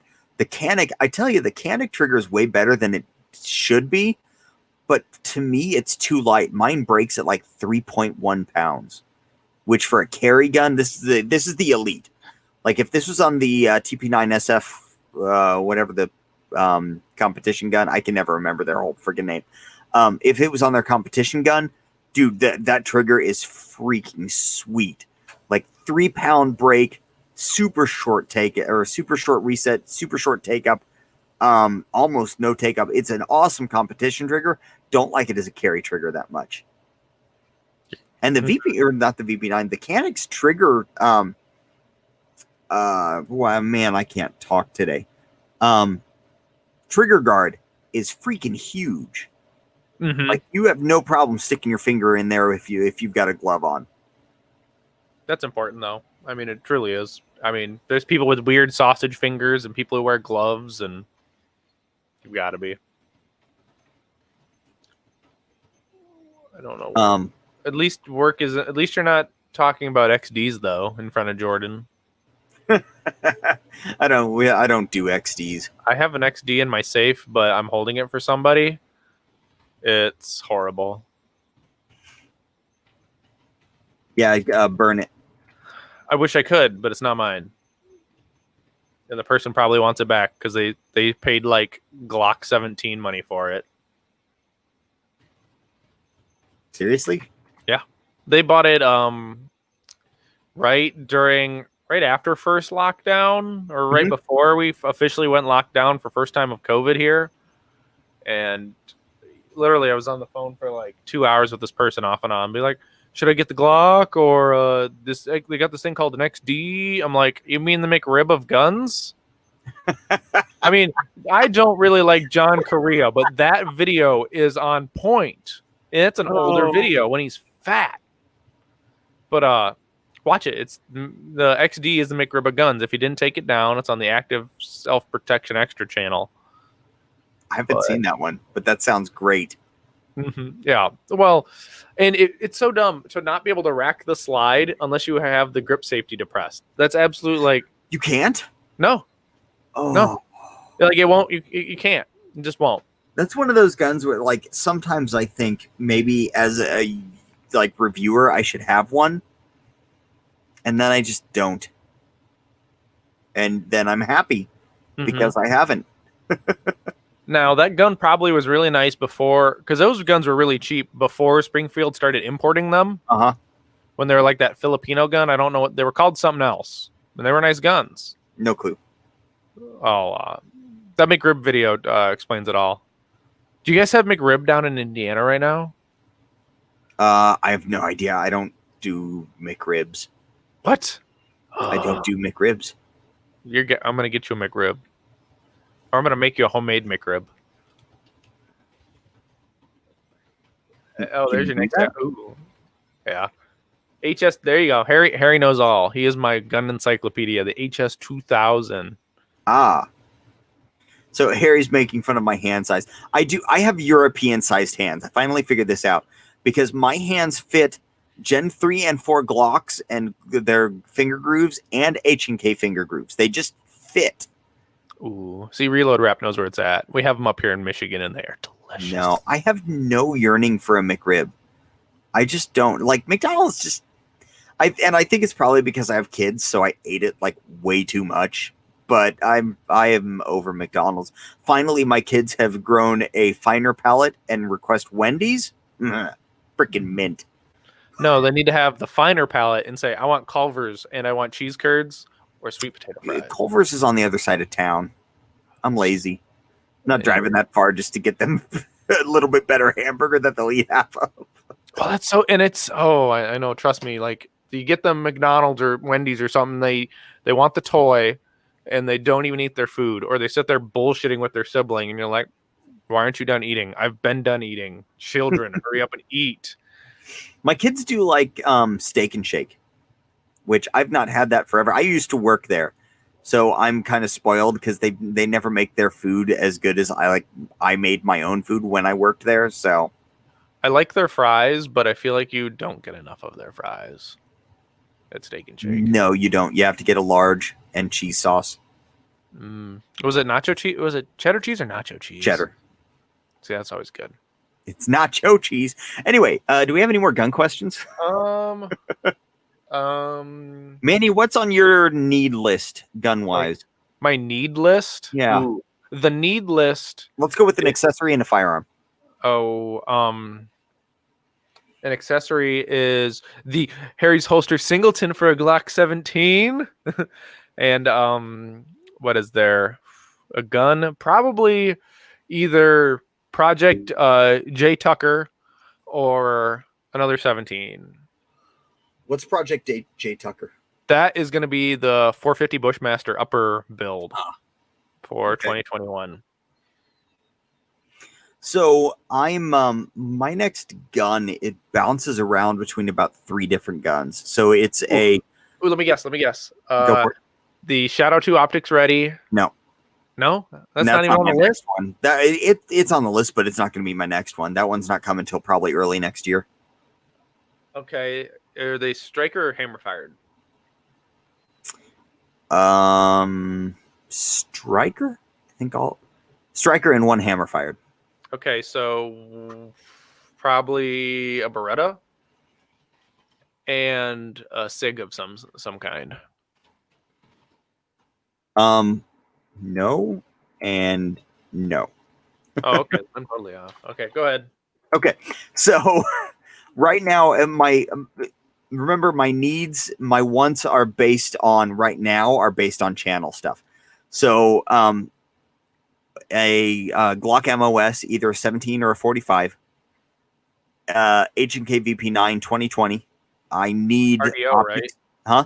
You have the Yes. optics one, are you? I need optics ready. I would like a Glock MOS system so that I had a dot mule. Right now, if I get a dot in that doesn't have an RMR footprint, I don't have anywhere to put it.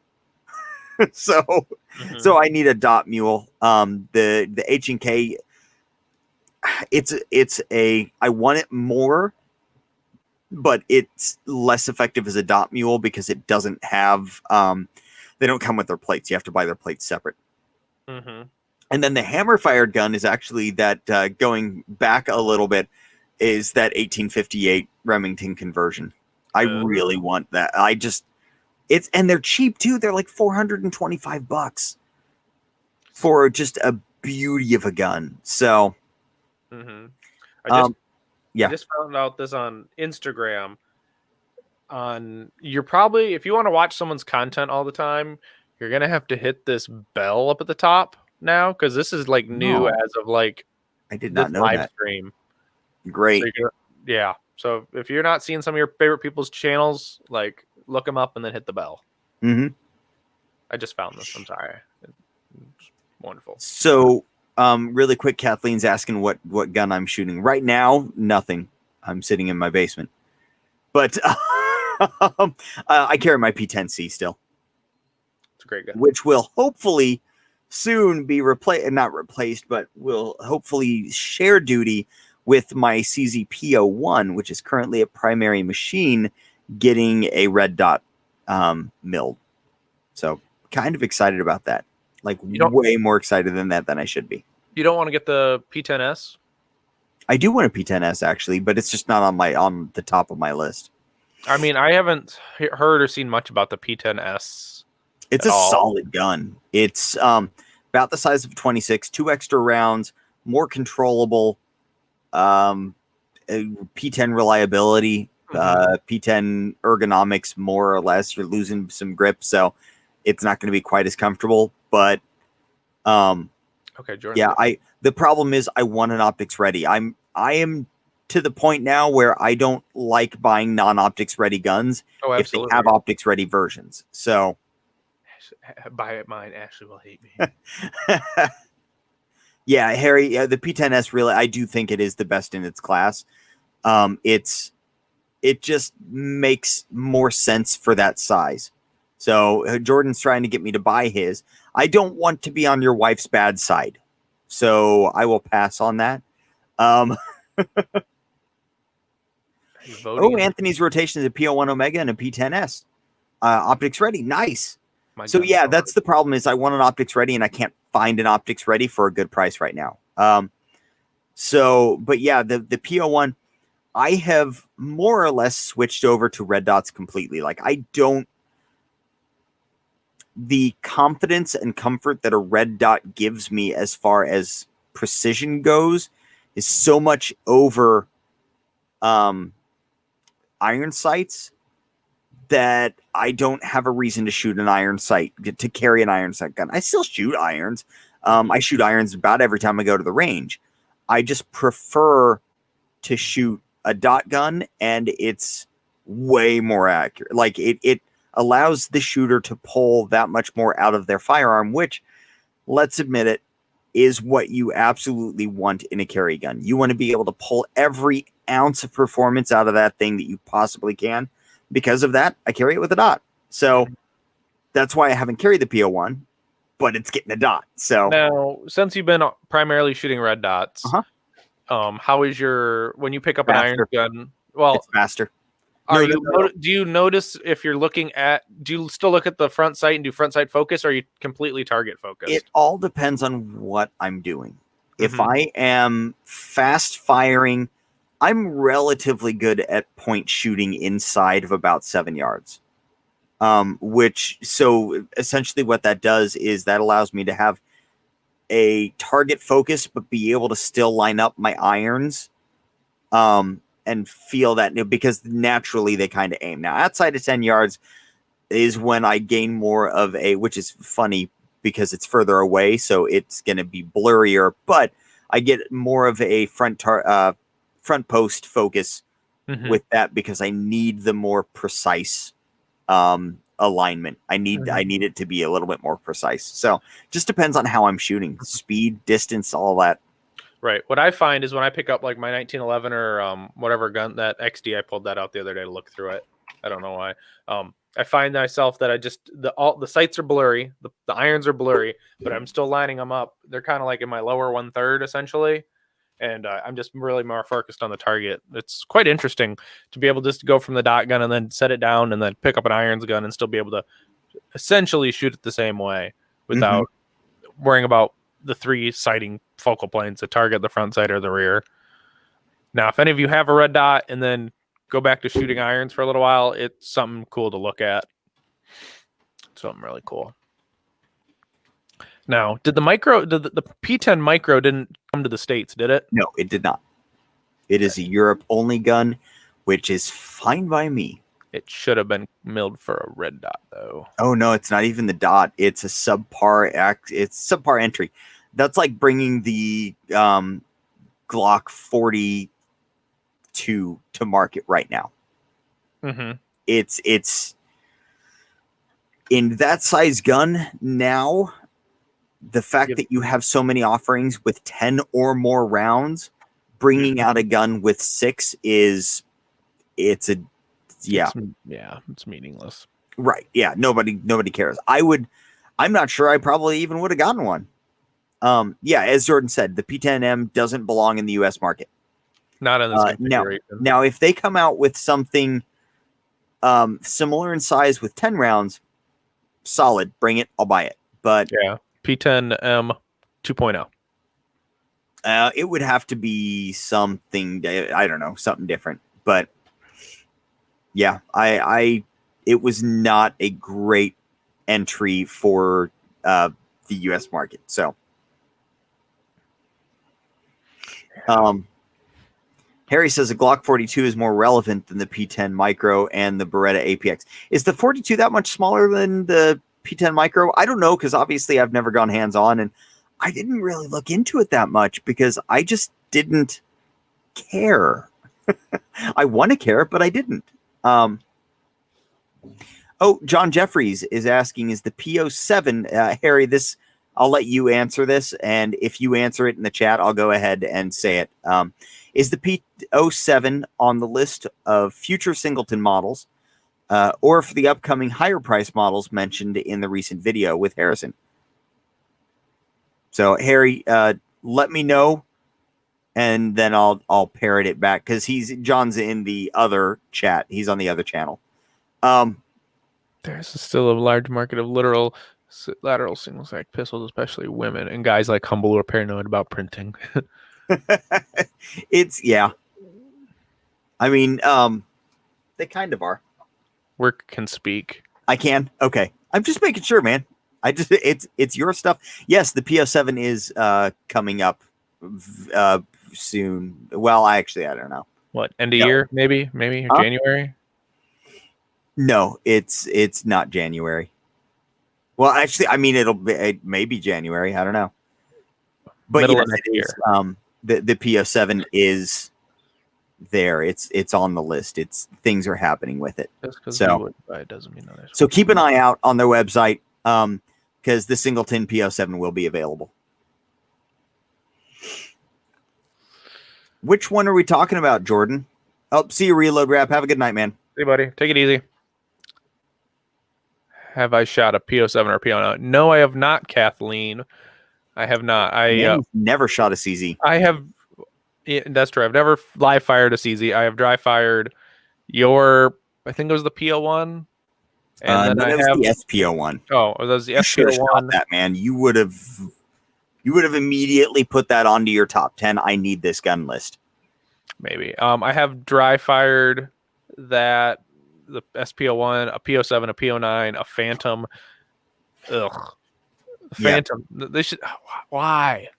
I mean, I understand why they'd bring it to market, but like, that should be like on a list of guns.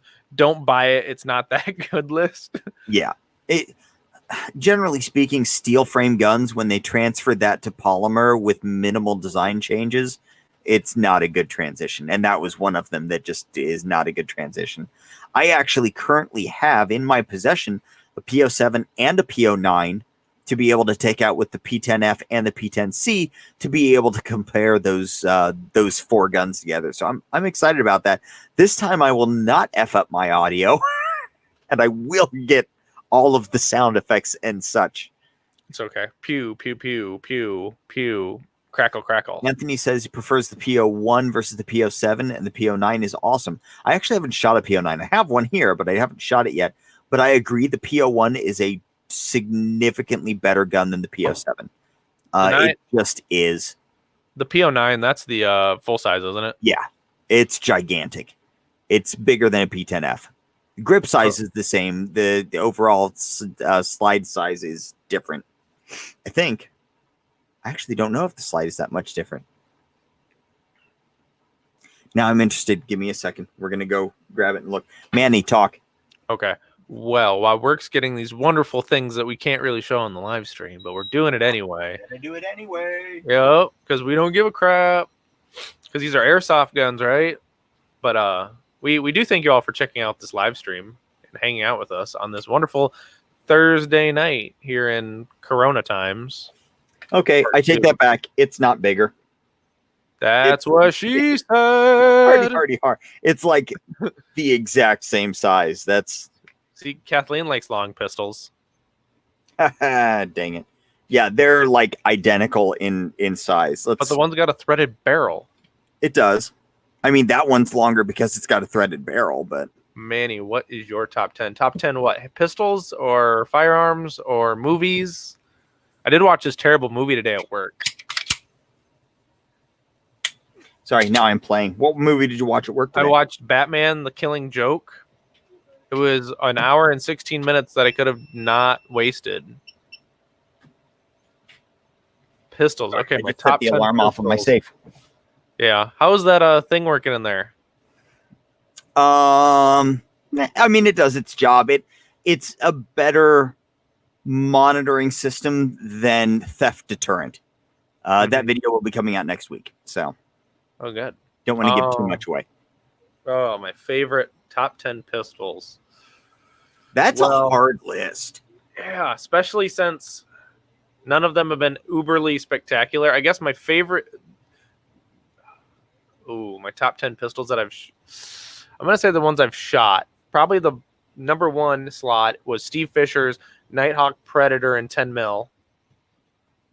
Yeah, I got to shoot that. That one was a freaking beast. After that, I don't know. He had I don't know. I don't think I have a top 10 list. That trigger was so light and crisp, it was delicious. But which one? The Nighthawk Predator in 10 mil. Recoil was ridiculous though, but Nighthawk makes some really nice stuff. They do. They really do. Oh, well, no. Then I'd say Tim Herron's Warhawk on 45. That one was a nice gun too to shoot. You got to play with that. But really, after that, it just kind of trickles into this gray area of meh. Like nothing's really spectacular unless it's like a custom gun, or I don't know. Custom guns will always be a little bit better, a little bit nicer.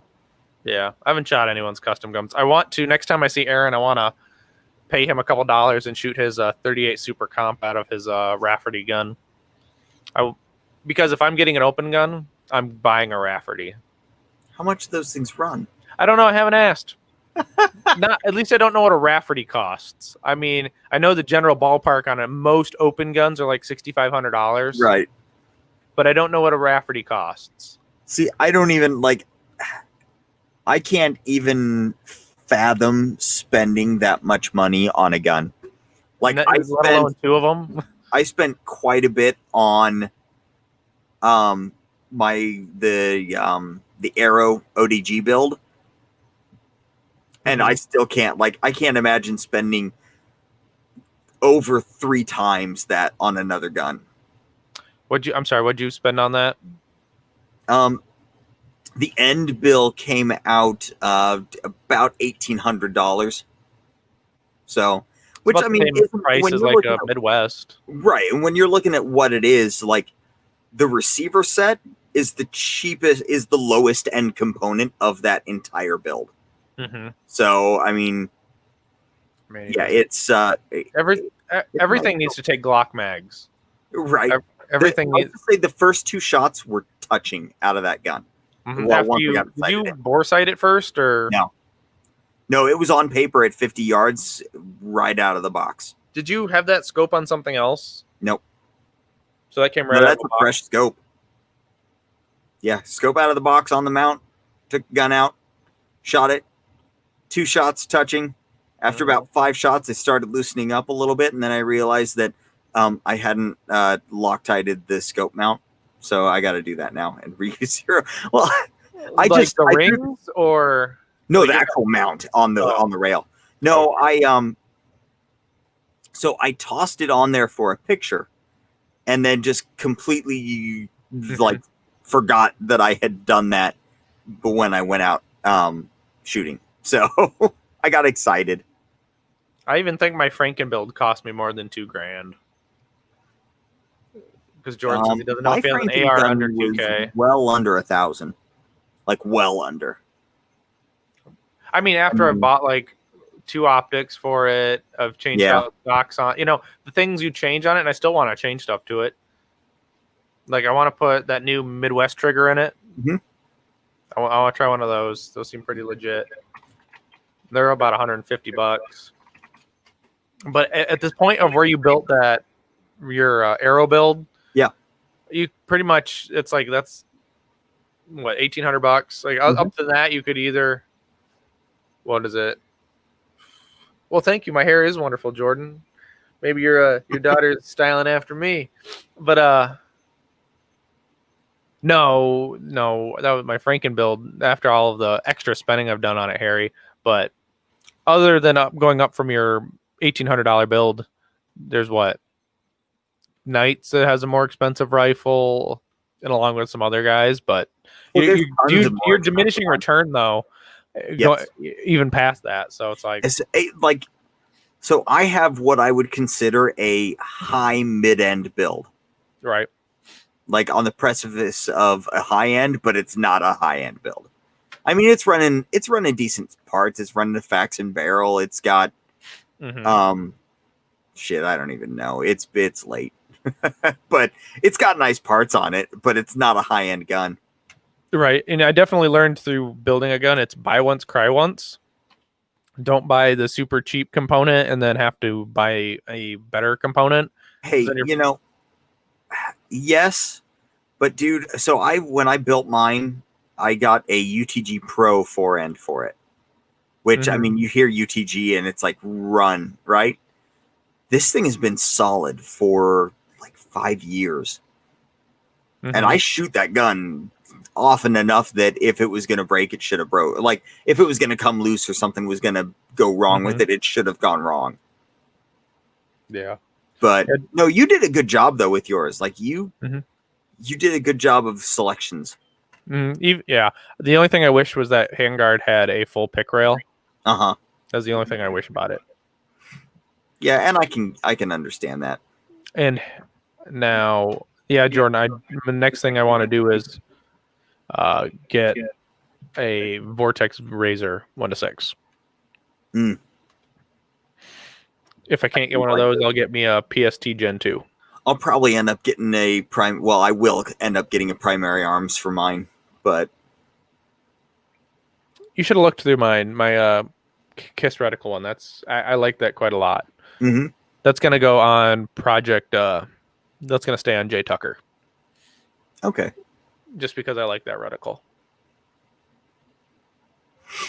Harry says forehands depend on what you're doing. Shooting from barricades with IR have different requirements. See, that's the reason that I'm fine with not having a full length pick rail on mine.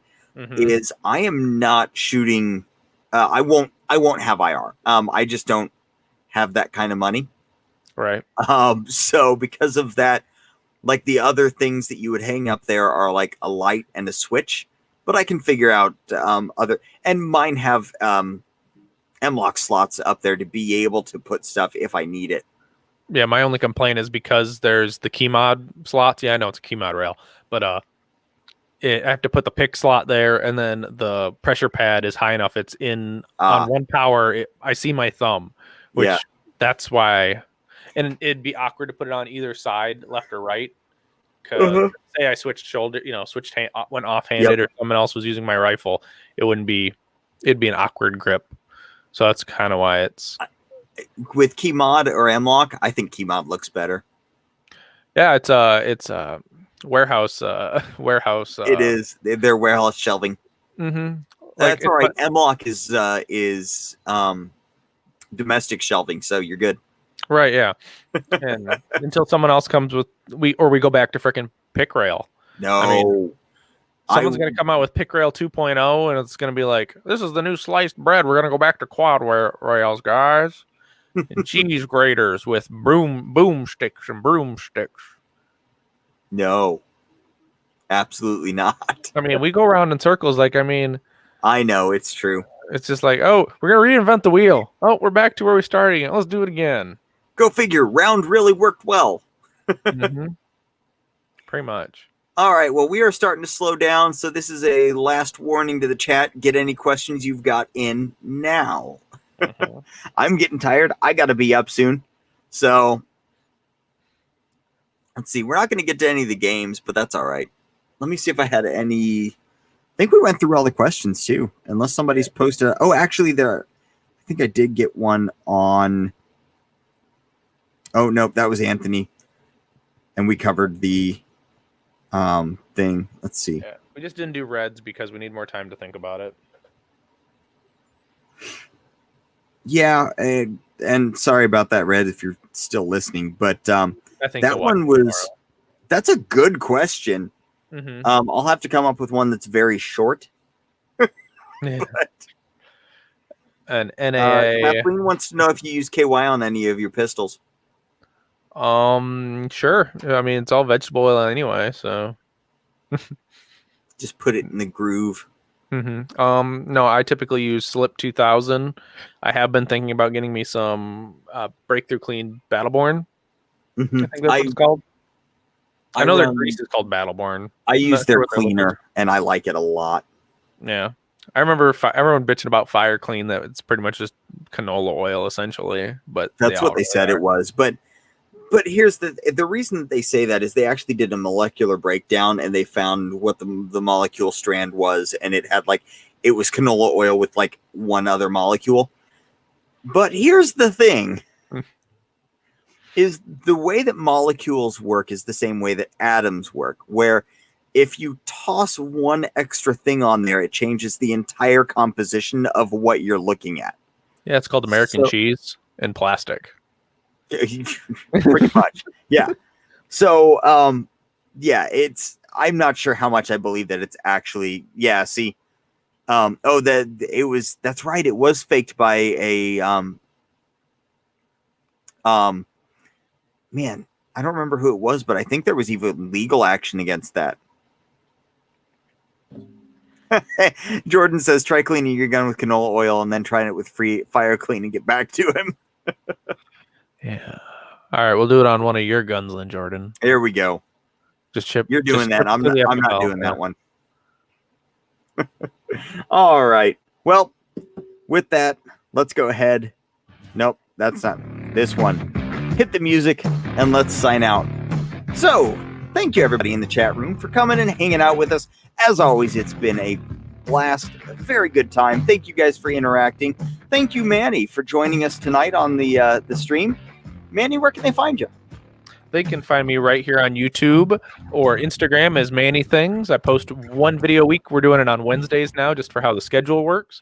I've got some things coming up. Hopefully by the end of the month, I will have my Reload Wrap review done, comparing it to the Neo Mag. So that'll be quite exciting. I'm still working on scripting that out and getting that going, but you can find me right here on YouTube. I hope you guys all have a great, safe holiday coming up, and we'll see you on the next one. All right. And you can find me on YouTube, Instagram, Facebook, and all of the things at Work the Trigger. You can head over to our webpage. That's workthetrigger.com. You'll find affiliate links. You'll find links to all the stuff from our videos and apparel stuff. We have shirts. Thanks one more time, everybody. We'll see you next time. Bye.